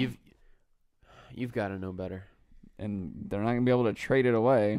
No, that contract is untradeable. I mean, it might be tradable if they pay for it. Kind of like they did with Fielder. Yeah. And what a time to get rid of them. Oh my God. And basically like the Rangers did with A-Rod. I mean, yeah. So yeah, Oh man. He's gonna be nice and rich though in his 40s. It's a bad place to be, man. All right, National League. Starting with the National League East. Another easy division to pick. Nationals winning. Yep. But their run, this is it. This is it. Harper is gone after this year. See ya. Toodles. I don't even know where, but he's gone. He's going to New York. Now, that doesn't mean that they can't win the division next year because they still have players. But, like, they come back to the pack significantly if he leaves. So, next year, who knows? This year, it's Nationals. So, I do think that the Nationals are still set up as long as they still have the rotation. Right. I think they're still set up to win the division for the next couple of years because they would still have the core of Rendon, Turner, Murphy, and Zimmerman, and that's still a really good infield. And they did trade for Adam Eaton in the outfield, and he's a plus corner defender. And so it's like, and Matt Wieters behind the plate, and so like they still have really good pieces around the diamond. And so even though Bryce Harper is the only chance that they have to like go over the top in the National League, they're still at the top. And they're pitching pretty good. Yeah. I mean, they got Strasburg and Scherzer and Max Scherzer. Although he's north of 30, so you just never know when the arm's going to go. But we'd been talking about this on one of the episodes that was deleted. We were talking like the pitchers seem to be aging better than the players. A little bit, yeah. Like outside of Miguel Cabrera and Adrian Beltre, there really aren't a lot of 34-plus hitters. After David Ortiz retired, I mean, like I'm trying to think. Cano's got to be right around there. Cano, don't you know? But like I'm trying to think of like every contender. Adrian Gonzalez fell off a cliff. Even Nelson Cruz is kind of old. Yeah, Cano is 35. Yeah, Robinson, but he still looks like he's 28. Oh yeah. He looked like he was 28 when he started playing at 24. And he plays like he's 28. And he still looks like he's 28. Yeah, Nelson Cruz is 37. Yeah. Okay, so Nelson Cruz, Miguel Cabrera, and who was the other one I said? Cano? And no. It was Adrian Beltre. Beltre, yeah. Those are the three players that haven't fallen off a cliff in their late 30s. Yeah. Because like Victor Martinez, just a couple of years ago, signed like a 4-year, $70 million extension with the Tigers. Another terrible contract. Yep. But and that was in his late 30s. And so it's like you got to start the process of getting younger. Yeah. Adrian Gonzalez fell off a cliff. I just mentioned him because he lost his job last year and then was part of a huge salary dump by the Dodgers. And they took on Matt Kemp again. But and the Braves just dropped Gonzalez. They're like, yeah, you're out. We don't need you. We don't need you. We're undefeated. Speaking of Braves, second place. You think so? Second place. I don't remember what the final standings were last year because the whole NL East was just a cluster there. Yeah. I think the Marlins. It was the Nationals and then the division. I think it was the Marlins. I think finished second because they won a couple late. Yeah. But it was like everybody was just there together. The Braves were in second for most of the year, but I'm gonna take the Mets for second place. That was my next team. And I think the reason why I'm gonna take the Mets is because their roster is better than the Braves roster. But the one thing that holds the Mets back every single year is the health of their starting rotation. Yep. And I think this is the year. Like, it's been such a consistent problem for them that it continues. They're due for a healthy season. No, they're not. They're due. And I'm not saying that they're going to even make a wild card spot, but like, I just think that this is the year the Mets go over 500. They can win 85 games. Yeah, and get second place in the division. I think the Braves are around a 500 team because I think that the Braves will play well against this division. I do too. Well, and then there's winnable games everywhere, basically. Yeah. But you play 78 games against your division. Yeah. Out of 162. And only one of those teams is better than everybody else. Yeah. Which means every other game is very winnable. Yeah.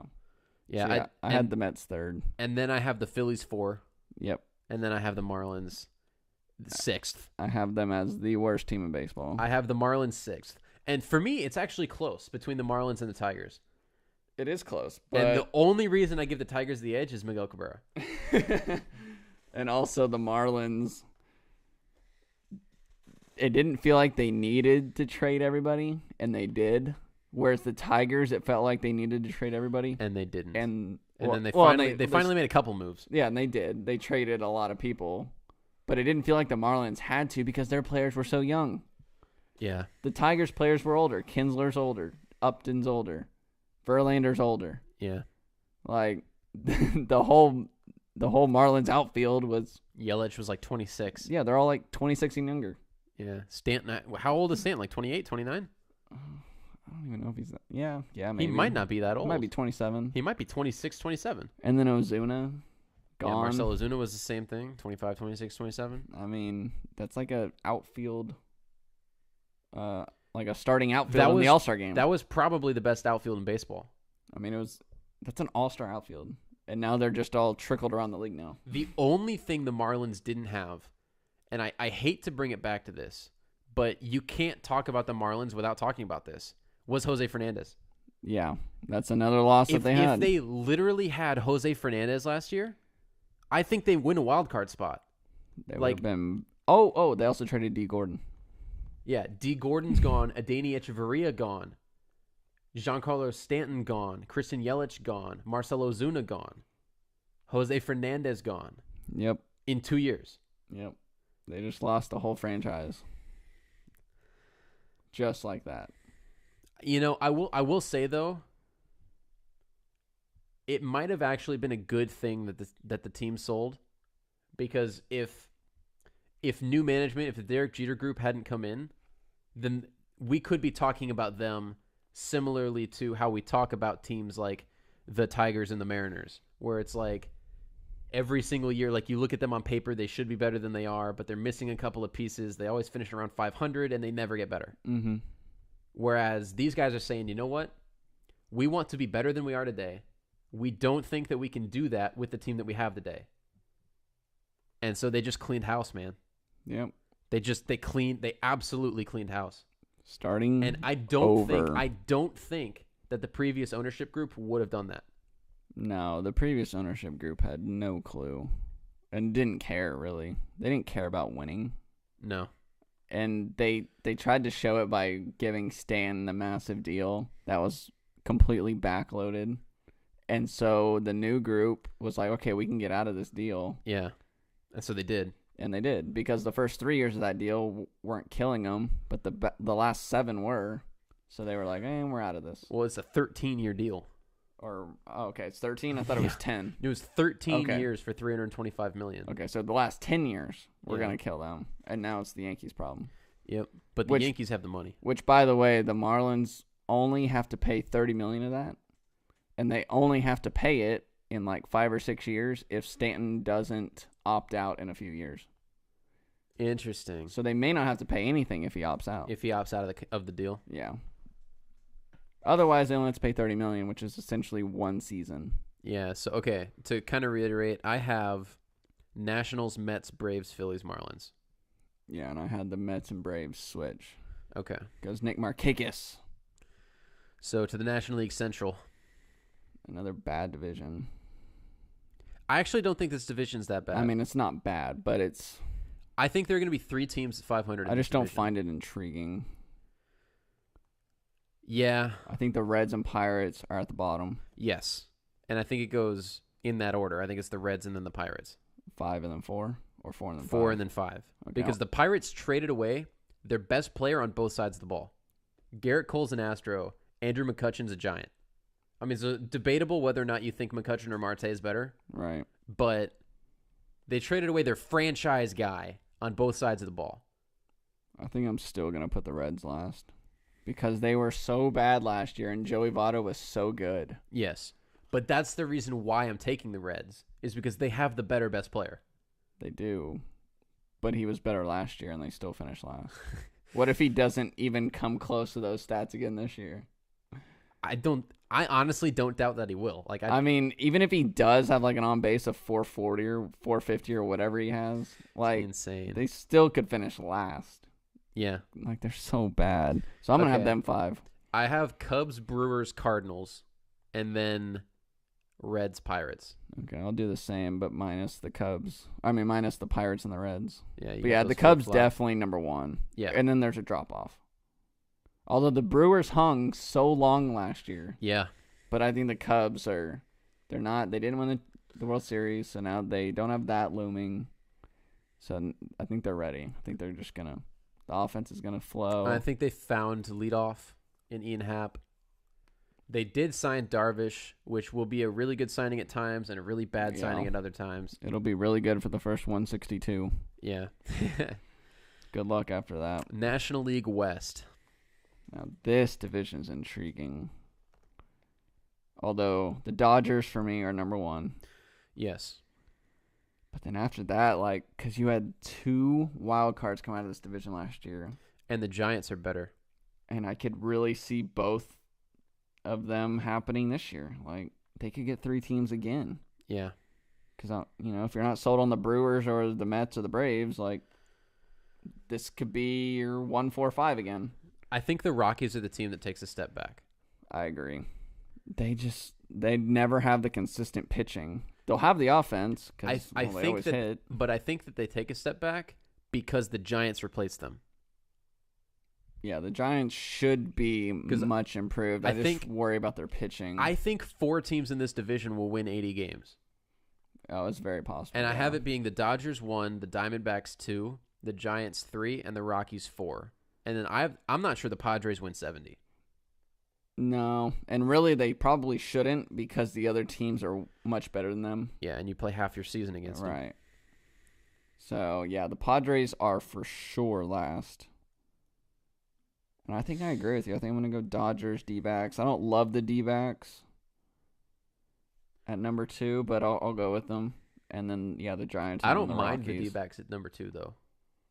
I don't know how I feel about 2 through 4. I mean, honestly, it feels like they could go anyway. Yeah, you just roulette them. Yeah. They finish wherever Spin they finish. it up.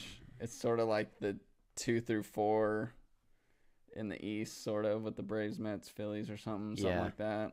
Except all 3 of these teams in the West have a shot at the playoffs. Right. Those teams in the East do not. Yeah. They're all similar, just in different, a better similar. Much more talented. Yeah. Plus, the Diamondbacks have the best run differential in the National League right now.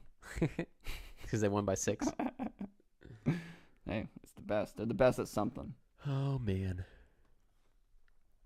So who do you like in the World Series? Okay, so to kind of recap, our division winners were Dodgers, Cubs, Nationals. And then in the American League, it was Astros, Indians, Yankees, right? Right. Which I think the World Series champion is one of those 6 teams. because gotta be. I think they're clearing away the best 6 teams. I believe so as well. I would say that with the one exception that I think that the Orioles, Red Sox, and if the Angels can put it together, like those Right. 3 teams are close to the Indians.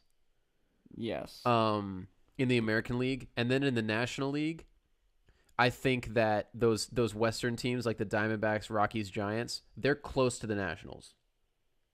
And so And the Nationals haven't won a playoff series. yes. So I think of the 6 teams that are winning divisions, and then of those like 2 to 3 wild card contenders in each league, like the ones that you can eliminate for me are the wild cards and the Nationals and the Indians, because I don't think the Indians have enough to get past both the Astros and the Yankees, because Right. they're going to have to beat both of them. Right. Unless they finish first, which isn't. There's no way that they're going to have a better record than the Astros. Yeah, they either have to beat them both in the regular season or beat them both in the playoffs. Well, so we were talking about how the Indians are just like the only good team in that division, Which they are. but they're not. Like the difference between them and the rest of their division isn't as great as the difference between the Astros Right. and the rest of the better AL West.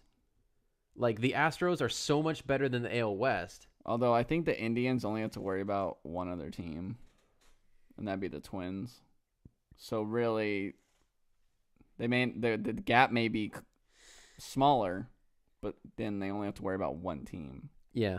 Where the Astros may have to worry about 2, maybe. Yeah.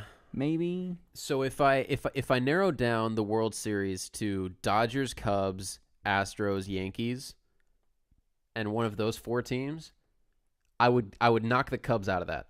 Like I think the Cubs are the worst team of those 4 because of the pitching.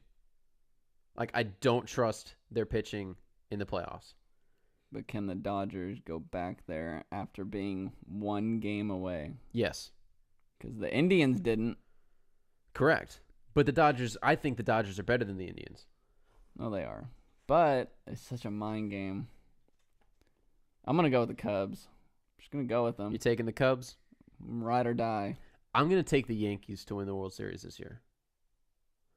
I feel like, you know how in sports, like sometimes you can just sense a narrative, right? And to me, the narrative is the Yankees are back. Like Luis Severino kind of came onto the scene last year. Right. This year he validates it.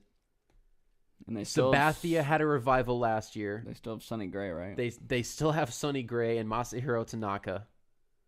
And if either of those guys can be anywhere close to their best, you're talking about a 3-4 combination that can rival that of the Astros. I really just want a Cubs-Astros World Series. Why? I don't know. It just feels like it'd be so Cubs, great. Astros? You see, the last 2 winners. yeah.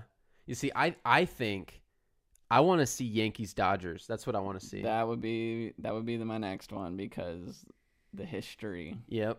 And the Dodgers haven't won in so long, 30 years. But also what you'd have, it would be really good for baseball because you'd have the 2 biggest markets in the country. Right, on opposite coasts. On opposite ends of the country. You'd have the New York Northeast and you'd have the LA Southwest.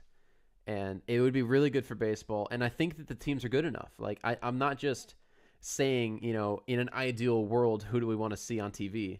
Right. Like I think the Yankees have what it takes to get by the Astros this year. Oh yeah, I mean anybody that makes the playoffs, I'll give them a chance because it's baseball. You just never know. Yeah. Well, I'm not giving the Nationals a chance because they never do it. So, although I will say, I think this is the year the Nationals win a playoff series. I think they beat the Cubs. nope. If they were ever going to beat the Cubs, it was last year. No, if they're going to beat the Cubs, it's this year because they don't have Arrieta and they have Yu Darvish. Well, then just don't pitch The Darvish and they're Cubs fine. are going to count on Darvish in the playoffs. And see, that's the thing is Darvish going to be good enough? Something's got to give. He's been bad in the playoffs, but so have the Nationals. So what gives? Exactly. I'm going with trust the pitcher. The pitcher's going to win? Win. Oh. You see, because I trust... Or at least his team will. I don't know if he I will. trust the Nationals more than I trust you. I'm the opposite. That's just... Okay, so we both have our biases because you're a Braves fan and I'm a Rangers fan first. Well, I don't like you. I never trusted him as a big game pitcher. No. But I don't trust the Nationals either because they haven't shown me anything. They haven't... Other than Bryce Harper's domination of the Giants pitcher... Hunter Strickland. Other than that, they have shown me nothing. In the playoffs. They have shown me nothing. Yeah. So give me the Cubs over them because oh my gosh. I really didn't trust the Cubs to beat them last year. The only thing I was banking on was that the Nationals would blow it.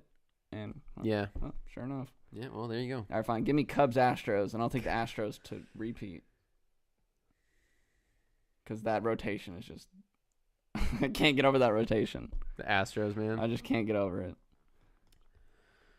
I mean, they could send one of them to the bullpen in the first series. I think that the Astros rotation's floor is the highest floor of any rotation in the league. Oh, without a doubt. But I think that the Yankees rotation ceiling is higher than the Astros rotation ceiling.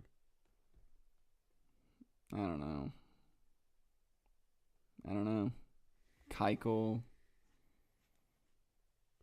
Verlander, Severino, Sonny Gray. Gray wasn't great last year. No, just give me the Astros. I can't get over them. I'm just going to pick them every year. They're bound to win again. That's my mindset. One thing I do know is it won't be the Marlins. Or the Tigers. That is safe. They can play in the toilet bowl. All right, that's our baseball. That is the baseball, man. Let's see. Oh, Pirates, Tigers are now 6-6 in the 8th. Wow. It's just, wow. Everybody's just scoring. Yeah. That happens when two bad teams play each other. Which I guess... That's the thing, though. This is actually kind of an interesting topic point here. Is that when bad teams play each other, the score's high.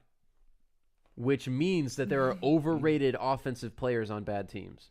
Well, they have bad pitching. Everywhere. They have bad pitchers. Yes.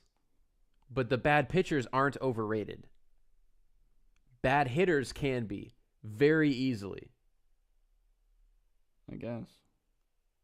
Although Corey Dickerson is now on the Pirates. I guess the Rays traded him. Oh, yeah, they did trade him. But yeah, he's on the Pirates now. Good for him. I guess. Of course, according to me, he went from one fourth-place team to another fourth-place team.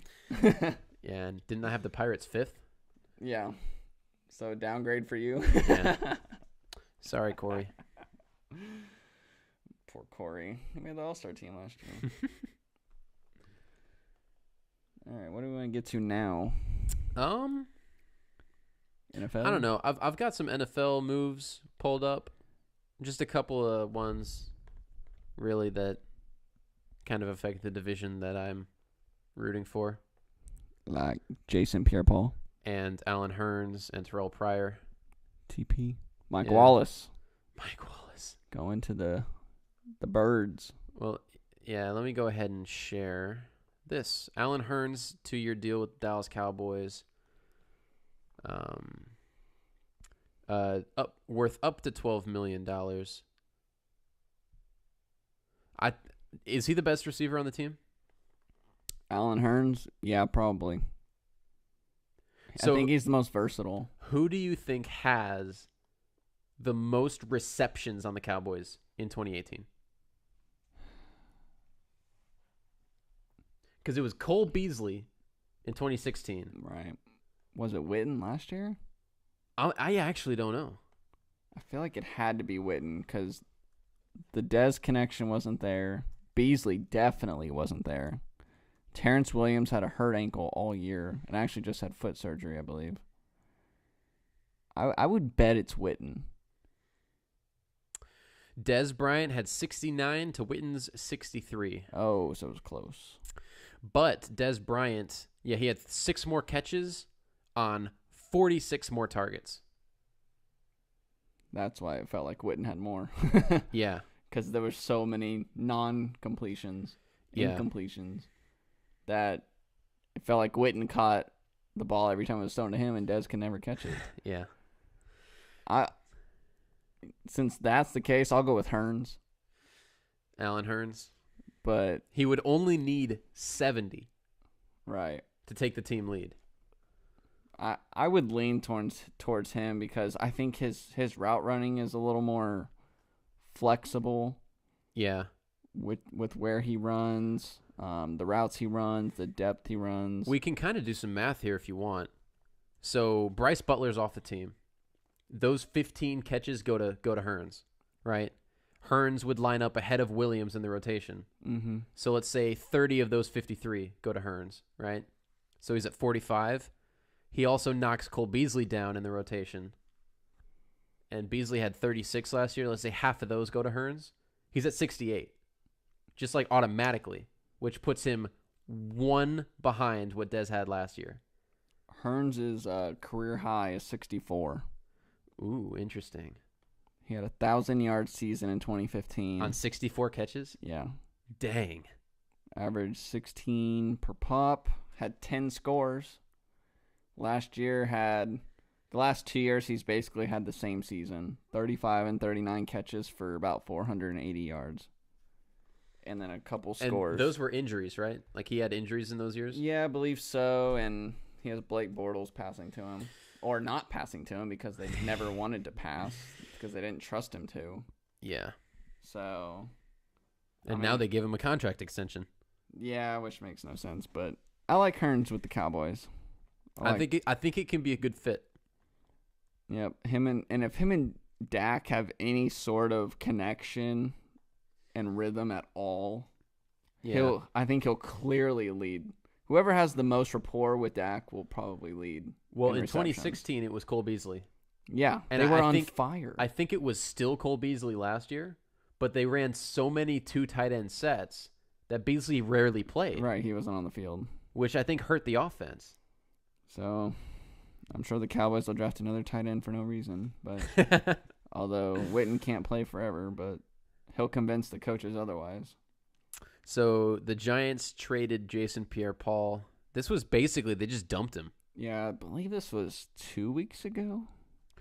Yeah, so they traded him and a 2018 4th-round pick. Or was it last? Oh, no, this was last Thursday. Okay, to the Buccaneers for 3rd and 4th-round picks this year. Yeah. So they swapped 4s. They traded down 6 spots in the 4th round, and they traded Jason Pierre-Paul for a 3rd-round pick. Yeah.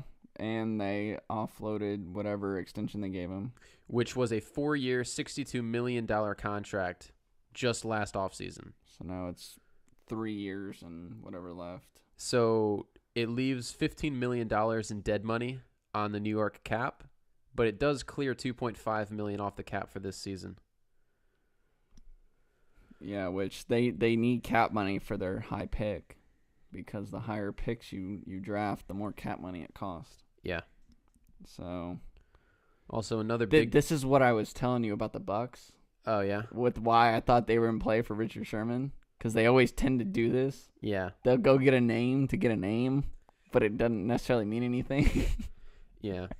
The Bucks always find their way into situations like this. It's unreal. And then Terrell Pryor signed with the Jets. Can he rebound from a disappointing year in Washington? That's the headline of this article here at SBNation.com. With the Jets, he had 1,000 yards for the Browns. For the Browns, yes, 2 years ago, and then disappointing season in Washington, cut short by injury. Wait a minute, who was the Browns quarterback that year? I think that was the year that they rotated. Like I think Manziel started the season, and then did they give it to Kaiser? Or no, Kaiser was a rookie last year. Yeah, what year was this? 2016. Yeah, right? 2016. Oh, wait, here you go. Lineup of quarterbacks that included RG3, Josh McCown, Cody Kessler, Charlie Whitehurst, and Kevin Hogan. Oh, that was in Cleveland. In Cleveland. You said Josh McCown? Josh McCown. Where's Josh McCown now? New York Jets.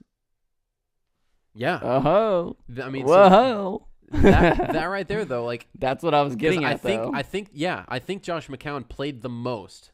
I think he did, yeah. Of any of those quarterbacks that year. Because RG3 started, got hurt. Well, and Josh McCown and Robbie Anderson had something going last year. Yeah. And so Robbie was amazing. So Robbie Anderson, and if Terrell Pryor, let's say he's even like 2/3 of the player that he was for the Browns in 2016. Right. Get 600 that's a yards. Good number 2 receiver in the league. Yeah, and get 600 yards and 50 catches or something? Yeah. Move the chains type guy.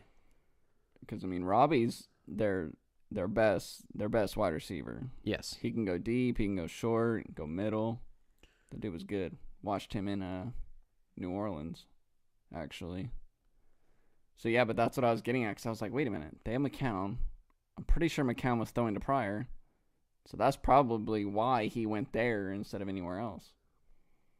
That's interesting. So not a single receiver for the Browns last year had 400 yards. The leading receiver on the team was Duke Johnson. Yeah. 693 yards. That's because Kaiser was so bad. So bad. I'll never forget the interception he threw in the end zone, like mid-season. He pumps, looking deep right side, and then throws it to the pylon. The only issue is the pump didn't fake out the corner, and the corner kept running. He threw it, and then he threw the pass expecting the corner to get faked out. Right. Even though the corner never stopped, so the corner was already 2 yards in front of the wide receiver and caught it in stride. So it was a great pass, just to the wrong guy, and it was a touchback. I was like, oh my God, I will never watch Deshaun Kaiser again. And the Browns felt the same and traded him. So, although I feel like the Jets need to start Bridgewater. Teddy Bridgewater. But now that they signed Pryor, I'm like, well, I guess they're starting McCown until he sucks. Second place in that division's up for grabs. The Bills, as it is every year. The Bills currently find themselves without a quarterback. I feel like we've been saying that since 2001. Yeah. Well, it's like the NL East and the NL West. You're like, well, we know who's gonna win. Yeah. But how does the rest of the division fall? Right. Can somebody get a wild card out of the other spot? Just think about how bad the AFC is for a second. That each of the last 2 seasons, the AFC East has had 2 playoff teams. Yeah, but I don't count them because the Bills team was terrible and the Dolphins team was even worse. That's how bad the AFC is. I mean, I guess they could compete if McCown gets hot, but if he sucks in the first 4 games, here comes Teddy. I was watching. So watch out, fantasy owners. While we are on the NFL topic, I was watching. I think it was The Herd with Colin Cowherd. Was this like yesterday? And I even sent that video to the group. And it's to my point that I was making in one of our episodes that's not out anymore. Yeah. But it was, I'll find him. Stop reaching on quarterbacks. Stop. Like, you can find guys anywhere. And so the point that Colin Cowherd was making, he was doing a blind stat test, right? And so, like, you get a picture of a silhouette, and so you're not sure who it is. And then, like, some statistical categories. Right. Then the same thing on the other side. Like you get another silhouette, and then, like, some categories. And he lined them up, and it was Dak Prescott versus Cam Newton. And it was career winning percentage, completion percentage, and touchdown to interception ratio. And so it was like pretty basic quarterback stats. Right, just main stats to look at. And so Dak Prescott is like significantly better than Cam Newton, right? And so like what Colin Cowherd is saying is like, oh, you just hate on Cam Newton. You rag on Cam Newton. And so it's like, all right, so let's do a different blind stat test. And so once again, it was Dak Prescott. And then he's like, oh, well, okay, so here's another guy that was drafted number 1 overall. And Dak had, better winning percentages, completion percentages, touchdown to interception ratios. It ended up being Matt Stafford. Mm-hmm. And he's like, oh, well, you hate on Cam Newton. And the Lions, they're just bad. Okay, so you can just, you throw those 2 out. And so he did another blind stat test. And the other one was Carson Wentz. And Dak has a better winning percentage, a better completion percentage, and a better touchdown to interception ratio than Carson Wentz. And then basically at that point, Colin Cowherd is like, okay, where are you haters at now? Because I love Carson Wentz. It's like, and the only point that he was trying to make is the reason why Dak Prescott is doubted is because he was doubted before he got to the league. So they continue to doubt He him. has done nothing to deserve doubt as the quarterback of the Dallas Cowboys, outside of having like a bad 3-game stretch. It's like people forget that last year Philly started off 3-1 and finished 6-10. Yeah, they were terrible. They were 3-9 with Carson Wentz. They had a Week 5 bye, and it's like they thought the season ended. They were 3-9. You want to talk about a bad 3-game stretch for Dak? How about a bad 12-game stretch for Carson Wentz and the Eagles? Right? And it's like, you know, people are like, oh, well, Dak just relies on the running game. It's like Philly had the best running game in the NFL last year. Right, and Zeke was out. And Dak had to play 6 games without Zeke. You know, and so it's a team sport, yes. And it's a sport where coaching matters the most. Yes, I agree. I absolutely agree. And it's not even close. It's not even close. I agree. And the Cowboys are lacking in that area a lot. Mainly in the creativity department. And also the post-game interviews. Yeah, do not clap at the podium. He's a clapper. Don't clap at the podium. Oh, man. But I kind of say this now, like, in this episode, to set up, I know, like, one of the episodes that we're going to do between now and the draft, we're going to break down, like, NFL drafting quarterbacks, like, where they were drafted, the types of career that they had, whether or not that validates that pick. And it's like, we already, like, cursory went through it. There are 12 starting quarterbacks in the NFL that were not drafted in the first round. Like, it was 11 or 12 out of 32 teams. Roughly that. 1/3 of the league has found their franchise quarterback as guys that were not drafted in the first round. And I think, I'm trying to remember if there were any undrafted guys current, like Case Keenum, right? Case Keenum was an undrafted guy. Before that, it was Tony Romo with the Cowboys. He was an undrafted guy. And so it's like this false narrative that because you're a bad team that doesn't have a good quarterback, and you just need to take a quarterback early in the first round. I come back to, was it the 2010 draft? Or was it the 2011 draft? 11. The Cam Newton draft? Yes. Yeah, 11. Cam Newton went 1 overall, and then like 12 of the next 15 players are Hall of Famers. Yeah. At multiple positions, like all over the place. Yeah. J.J. Watt, Von Miller, A.J. Green, Julio Jones. Like the entire draft is stud. Patrick Peterson. Yeah, Patrick Peterson. It's Cam Newton, who is having a fine career. Yeah. He's the only quarterback that was worth being taken in the first round there. MVP. And then it's stud, Hall of Famer, stud, Yeah. Christian Ponder. Stud, Hall of Famer, Jake Locker. Stud, Yeah. Blaine Gabbert. You know? And it's like, stop wasting picks on quarterbacks. And yet the first 3 picks this year could all be quarterbacks. And it's because you have stupid teams making stupid decisions. Look at the teams that are good. Like who are the teams that weren't very good 3 years, like they were not set up 3 years ago to be the team that they are today, but now all of a sudden they are. Why is that? The Eagles. The Eagles come to mind. Who else comes to mind?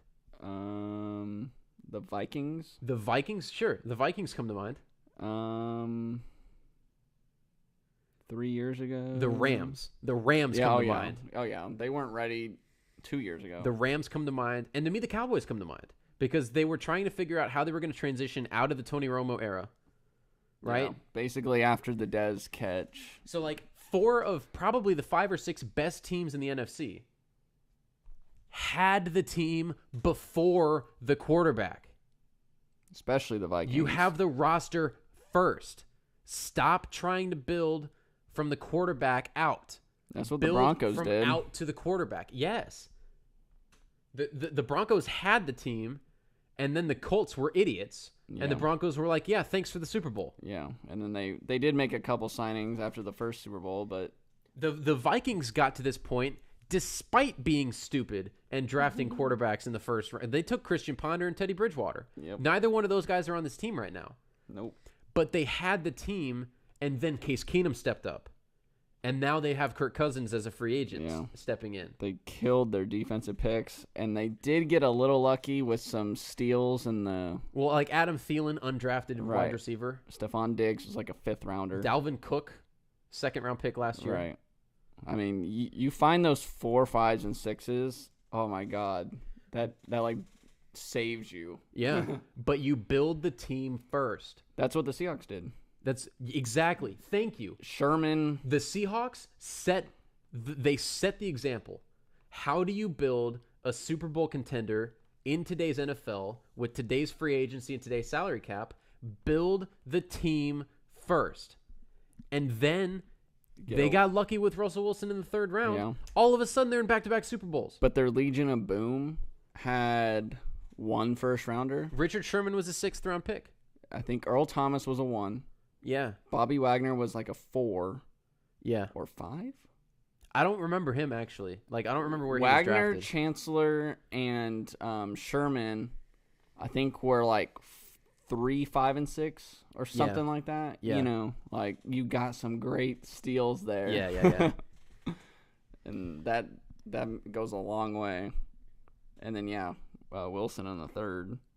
How many quarterback careers have bad teams sabotaged by drafting them too early and then playing them too early? Well, the Browns every year. There are more stories of that happening every 5 years than there are success stories every year of a quarterback. I'm always been on the bandwagon of sitting your guy, especially if there's any doubt that he's not ready to play. Like, just let him sit for a year. Like, who cares? But why let him sit? Not only is he getting used to the speed of the game now, but also you don't want him to step on the field. You don't want it to be LeBron James with the Cavs. Right. Where like he is a 19-year-old kid. LeBron was 18 at the time, right? Yeah. But like fresh out of high school. But you don't want it to be him with the Cavs where he steps onto the court. He's the best player on the team. Like that is setting your quarterback up to fail. And anytime they fail, the confidence goes. And when the confidence goes, everything else goes. Yep.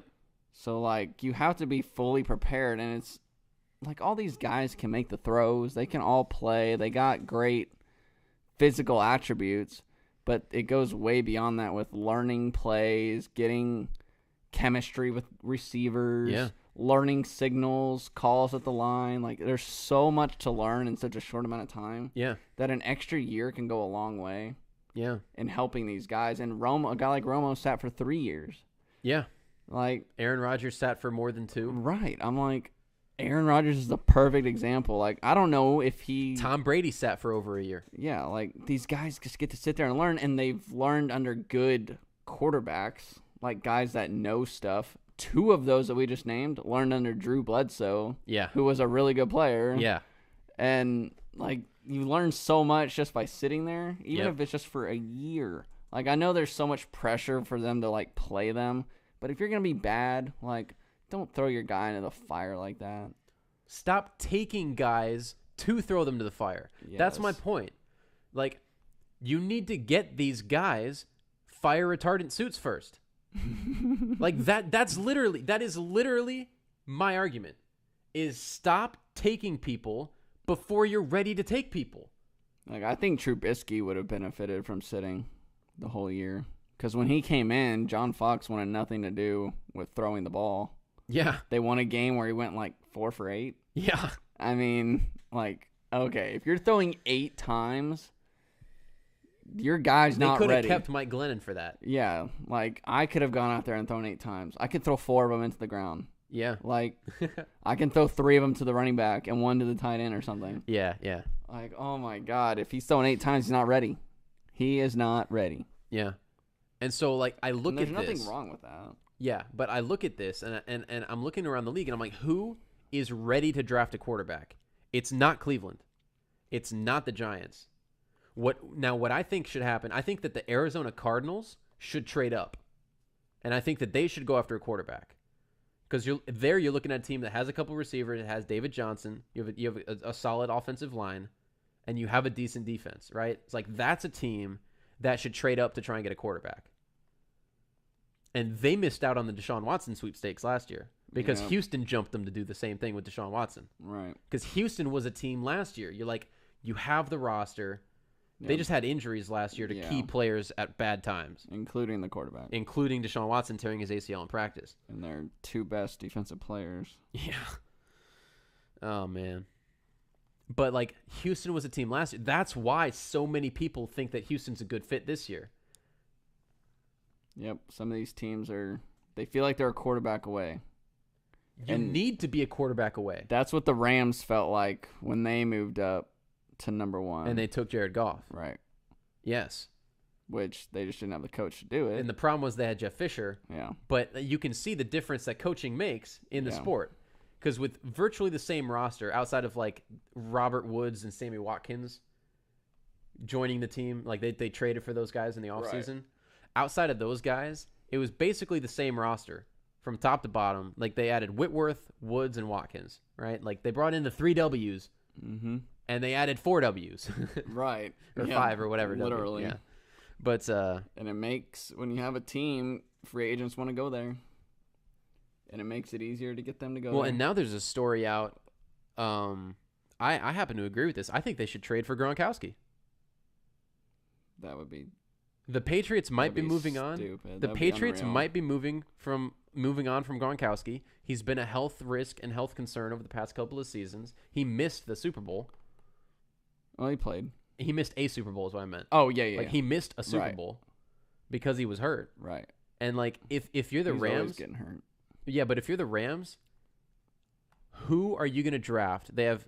What pick of the draft do they have? I need to go to tankathon.com to figure this out. Well, they made the playoffs, so they're somewhere... It's got to be like 23 or something. Yeah, 24, 25. They have the 23rd pick of the draft. Who are you going to draft with the 23rd pick of the draft this year that's going to contribute to your playoff runs for the next 2 years? And like what I mean by that is they have a pretty balanced roster. They just traded for Peters and Talib. So like you're not going to get a secondary player that's just going to play in that secondary. Maybe they're looking at linebacker because they traded away Ogletree. But you have Donald. You have Aaron Donald and Ndamukong Suh in the middle. Yeah. Like both of those guys probably need to get double teamed. Yeah. If they had just the go-to guy on third down. And that's Gronk. Like, and I don't even know if they would need to give up a 1 to get him. If the Patriots are really interested in trading him. You give up a 2 and a 5? Something, because maybe just a 2 even. Because if they want to offload some money that they feel like is super valuable, they might do it for a 2. I don't know. Yeah. Depends how badly they want to get rid of him. I mean, I'm sure they will keep him, like, because he's still a good player. Are there any teams in the league, to you, that look like they're a quarterback away? As of right now? As of right now. Ugh. Like that, like if they drafted one. Like if they got their guy in this draft and he started this year, they would make the playoffs. Because the 2 teams for me are... Because the way I'd look at it is, well, would they be a Super Bowl contender within 3 years? Super Bowl contender within 3 years? Yeah, and... The Bills, no, not really. Even though they just made the playoffs. I don't trust the Bills, really. The Bears have their guy. The Browns, no. Although the Browns, I think they're finally trending the right direction. But they need to go through this draft without drafting a quarterback. They have so many more holes, but at least they filled some on the defensive side, so I'm happy for them. Yeah.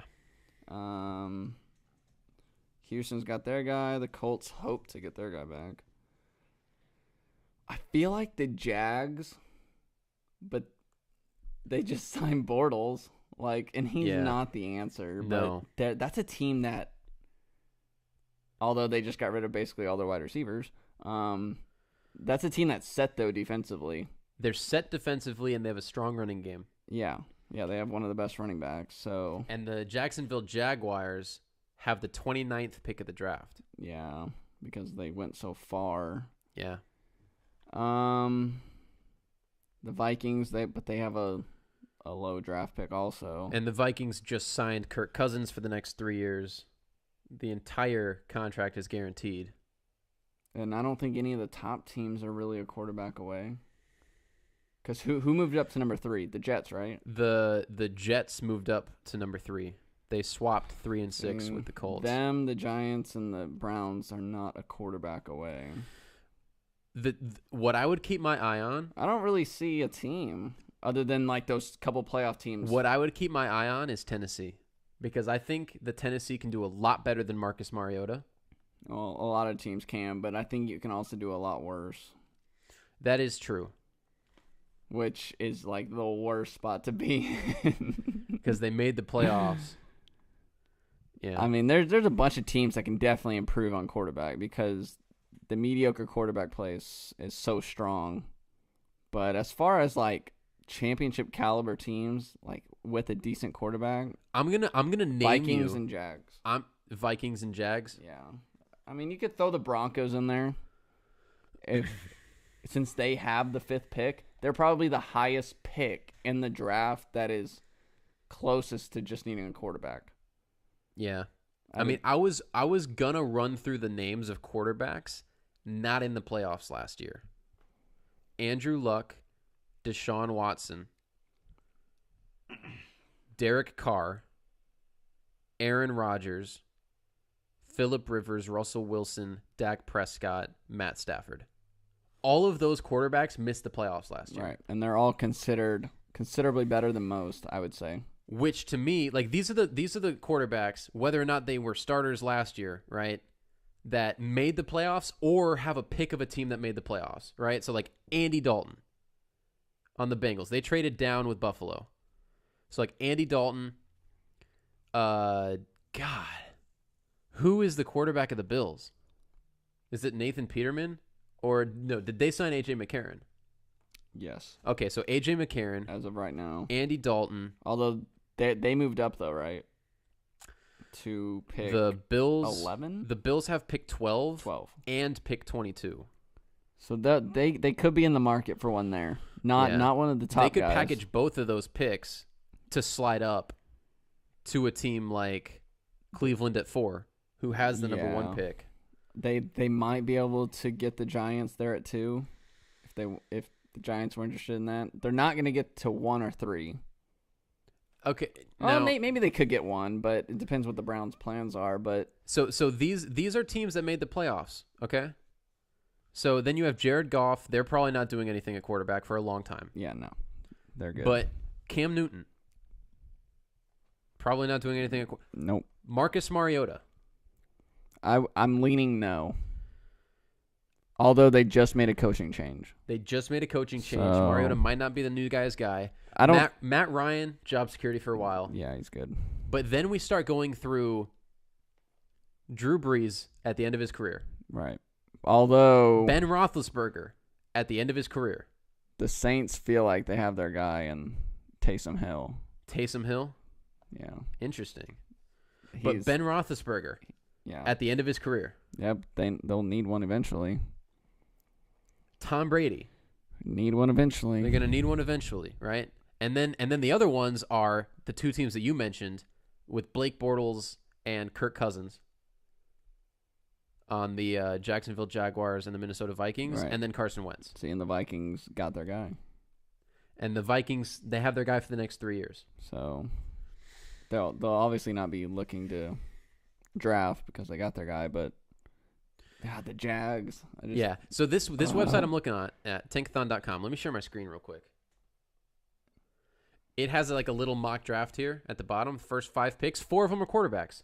The Browns are not ready for a quarterback.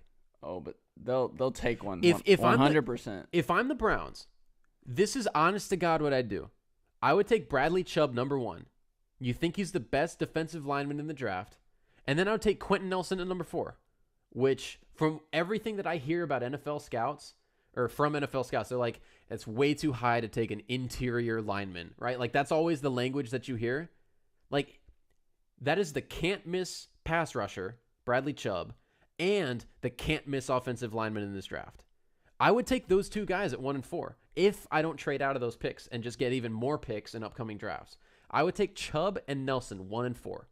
I think they're 100% going to take a quarterback, though. But I'd be okay taking Chubb, but I really think they're going to take Saquon. With that 4th pick? Yeah. Because that can also alleviate a lot of pressure on a quarterback, is having the running game. That stud runner. But they just lost Joe Thomas. Yeah. And they lost Alex Mack to the Falcons a couple of years ago. Like, how good is Adrian Peterson without anybody blocking for him? You know? Yeah, but if he's good, he's Saquon good. is not Adrian Peterson. Like, that's my point. Is like AP was one of the few guys that when you knew he was running the ball, you put 9 in the box, he'd still pick up a first down. I mean, I haven't heard any like high praise at a lineman. Like we had a run there where it seemed like offensive linemen would go in the top 5 all the time, and there haven't seemed to been that guy.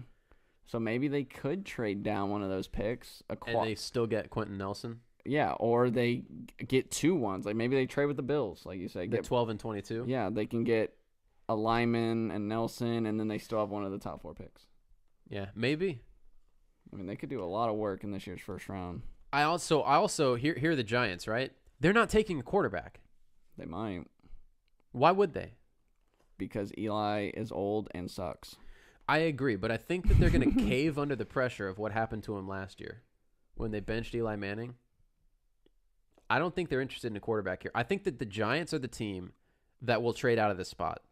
Like if one of these I think they're interested, but if they don't, they are taking a quarterback. And then he just sits. Like I don't think they'll bench Eli this year. And then he just sits, learns the playbook, whatever. So I heard a theory. They have a new coach, right? They fired. Yeah, they have Pat Shurmur, who was the offensive coordinator for the Vikings last year. Yeah. He's the new head coach. And they also have a new GM because they fired him as well. I think they take a quarterback at 2, but I'm not ruling out them trading. I heard a theory. The Giants could get 6 draft picks in 24 hours. And all that they have to do is trade Odell Beckham Jr. for a first round and some third round pick, right? Like number 1 and number 3 for Odell, and then trade the number 2 pick. Like if they do those 2 things, they can set themselves up with 6 draft picks that they didn't have previously. Yeah. In the first 3 rounds of the next 2 drafts. Right. Just like that. And you've just rebuilt your organization in 24 hours. As long as you make the right picks. As long as you pick the right players. But you have to start somewhere. Right. I don't like their chances of re-signing Odell Beckham. And signing and drafting 1 quarterback at number 2 isn't going to change everything. It's not worth the 4 picks in the first 3 rounds that you can get for that pick. Plus now they have a hole at defensive end. Yeah, so maybe they're an option at Bradley Chubb there at number 2. That's an interesting pick because I do feel like 1 and 3 are quarterbacks, or 3 and 4 depending what the Browns do at number 1. Yeah. Okay. So they actually give us a full. And I fully anticipate the Broncos taking a quarterback at 5. Yes, especially if the guy they want is there. Who is the guy that they want? I have no idea. I have 0 clue. How long is Case Keenum's contract? If I had to lean, it's Baker, but 2 years. 2-year deal. 2 years at like $35 million ish. So say they draft Baker Mayfield and they have Baker Mayfield and Case Keenum in the backfield. Who starts opening day? Keenum, because they just signed him. But he would be on the shortest leash. You see, and you say that, and it reminds me of Brock Osweiler and Mike Glennon. Yep. Signing those free agent contracts. Whereas the flip side, though, is that Keenum was actually good for the Vikings. Right. Whereas, like, both of those guys were, like, okay. Glennon was a career backup. I mean, Keenum, you get what you get out of Keenum, but with Baker there, like, they coached him at the Senior Bowl. the Broncos coach one of the teams, so they had Baker on their squad. Yeah. So if I had to lean, it would be Baker, since I'm assuming the other quarterbacks are gone. Like Rosen's gone, Darnold's gone. But they shouldn't be. They will be. And, Probably. And then the quarterbacks are left. Now, if they don't like what they see, I don't know what they're going to do. They'd probably try to trade back, but I don't know who they would pick instead. Shoot, maybe they can get a Chubb.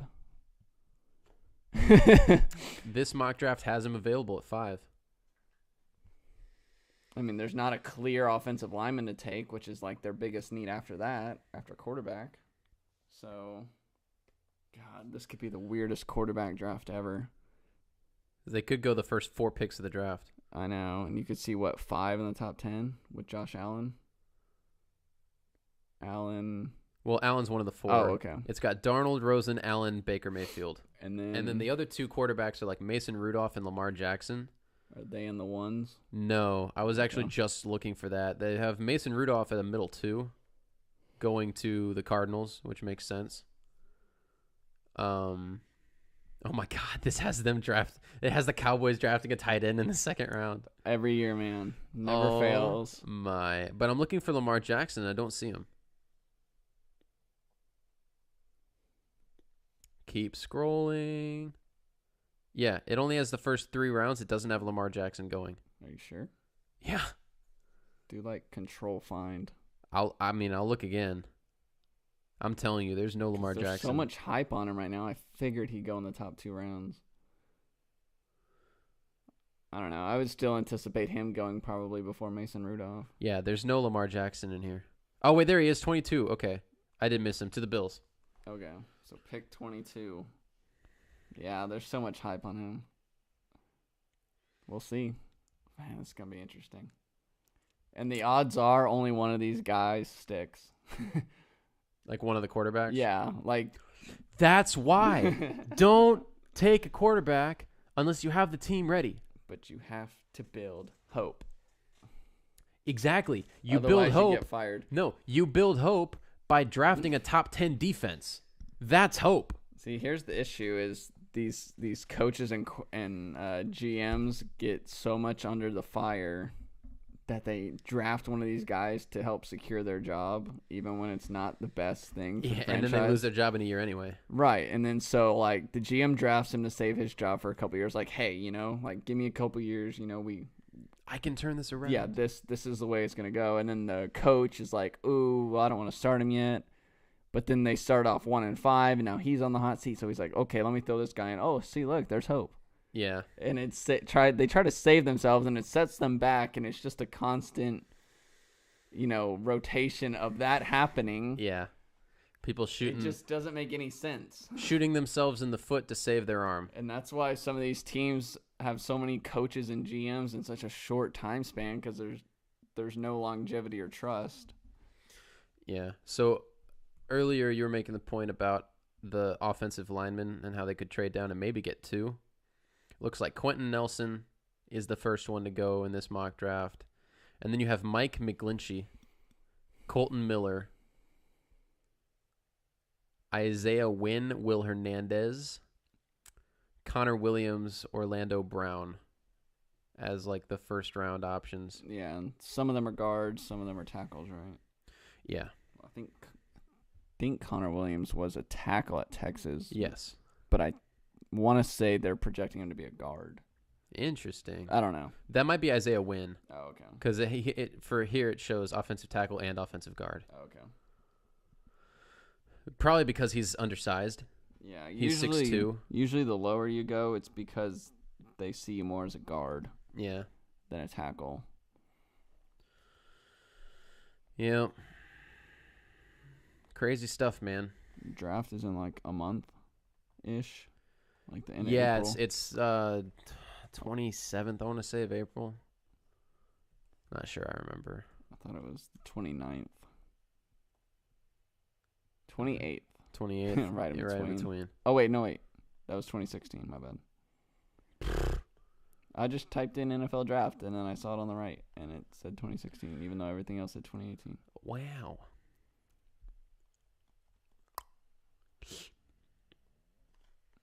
even though this shouldn't be that hard to find. I'm sticking to the 29th. It's the 26th.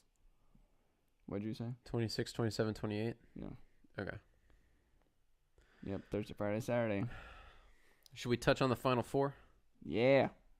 Loyola. Sister Jean. Sister Jean. Sister Jean going to the Final Four. They play Michigan tomorrow. Game number 1 at the Alamo Dome, I think. It's in San Antonio, so it's got to be the Alamo Dome. It's always the Alamo Dome. Yep, Michigan against the 11-seeded Loyolas of Chicago's. By the way, did you see that stat? Loyola Chicago has the best winning percentage in NCAA tournament history. Yeah, they do, because they've only made it like 3 times. And they won the ship once. And they've gone to the Final Four again. Although, unreal. History is not on their side as far as teams seeded 9 or worse. I believe are 0-6. In the Final Four? Yeah, since they expanded the bracket. 0-6 if you're a 9 seed or lower in the Final Four. So none of them have advanced to the championship. Because like the Butler teams were like 8 seeds, or I think one year they might have been a 5, but the first time they were an 8. Teams like that they just can't get over the hump. Yep. This year's team might be different. We'll see. They're pretty good. You were on them before the tournament ever started. Yes. Oh yeah, one of our deleted things. Yeah. Yep. That I didn't actually delete. It just disappeared. Just disappeared, man. So, but yes, I told them. I told you guys beat Miami. Did on a lucky 3 at the end. Did. Just gotta stay alive. And then I really liked them to beat Tennessee. Never in doubt. 1 by 1. Never in doubt. And then they beat Nevada by 1, so they won their first 3 games by 4 points. Yeah. It's unbelievable. Yeah. And then they just dominated Kansas State in the second half, and they were dancing. They're dancing. They danced all the way to San Antonio. That's an unbelievable story. And then that was the region where everybody's like, "Oh my God, what a star-studded region with Virginia and Tennessee and Arizona and Kentucky." And Kentucky was just gifted the Final Four. Yep. Just handed to them on a silver platter. But if you heard their coach, they drank the Kool-Aid. Oh, they drank it so hard. That's the problem with all these freshmen. They just drink it so fast. They took their path for granted, man. Kansas State. They lost to Kansas State. And then, of course, Kansas State wasn't going to beat Loyola because Loyola's the Ramblers. They're just rambling all the way on. Ramble on. And then Michigan got to play Florida State, of all teams. Yeah. Florida State, who went through Missouri, which was your popular pick. I know. Then they rolled through Xavier, Gonzaga. Dominated Gonzaga. Oh. And then Michigan, beat them out. Florida State tried to make a late run, but that'll be a really good game. Michigan and Loyola. Winner goes to the ship, man. Yep. And they will play a 1 seed. Yep. And of course, leave it to Villanova to be in the most reasonable region where you had a 1, 2, 3, and 5 make the Sweet 16. Yeah. And they beat Texas Tech, got handed the Final Four on a silver platter, so at least they didn't screw it up. Mm-hmm. But they've really beaten every team pretty easily. Radford, Alabama, West Virginia, and Tech. Although they really tried to let Tech stay in that game way too long. Oh, my God. And I was so torn on who I wanted to win that game. Nova or Tech? Yeah, because all the Tech fans just kind of rose from the dead. It came out of the woodwork for like a season. Yeah. And then we'll never see them again. It'll be basically 2030 before we see them again. But then I'm in the tournament, yeah. But then I'm like, Villanova, ugh. Villanova, please lose. And then I'm like, but it's Tech. But I just need you to remember when you told me that you were going to root for Nova every year now. Yeah, I need to, so that way they'll lose. If I root for them, they will lose, and when I root against them, they will win. And that is why they are winning, because I wanted them to lose. I wanted them to lose to Radford. Do you still want them to lose? Oh, yeah. Even though I don't really care for Kansas either. So book it. Nova's in the final. Yeah. Oh, and if they're in the final, I'm definitely rooting against them. So they're going to win. I want this 3-11 to win. I'm telling you, man, they picked up where the San Francisco Giants left off. The San Francisco Giants went 10, 12, 14, and then Nova picked up in 16. And guess what year it is? It's time for them to lose. It's 2018, man. Nope. It's time for them to lose. I'm rooting for the Michigan Loyola winner. That's to win the ship? Yeah, that's what I'm going for. I guess we'll find out, man. Because the Fab Five are strong in my blood, even though I was not even a year old. Yeah. If I had been around for that Fab Five, I would have rooted so hard for them. Really? Oh, yeah. They would have. I don't know, their style of play. Like, if they were around now, I'd be all over. Well, weren't they the ones that popularized the long shorts? Yeah, and the high socks, the black socks. Man, they were innovators. And they had a kid from Plano East. Like, Yeah, well, there you go. Like they were. That was my squad, man. That was my squad before I was even alive.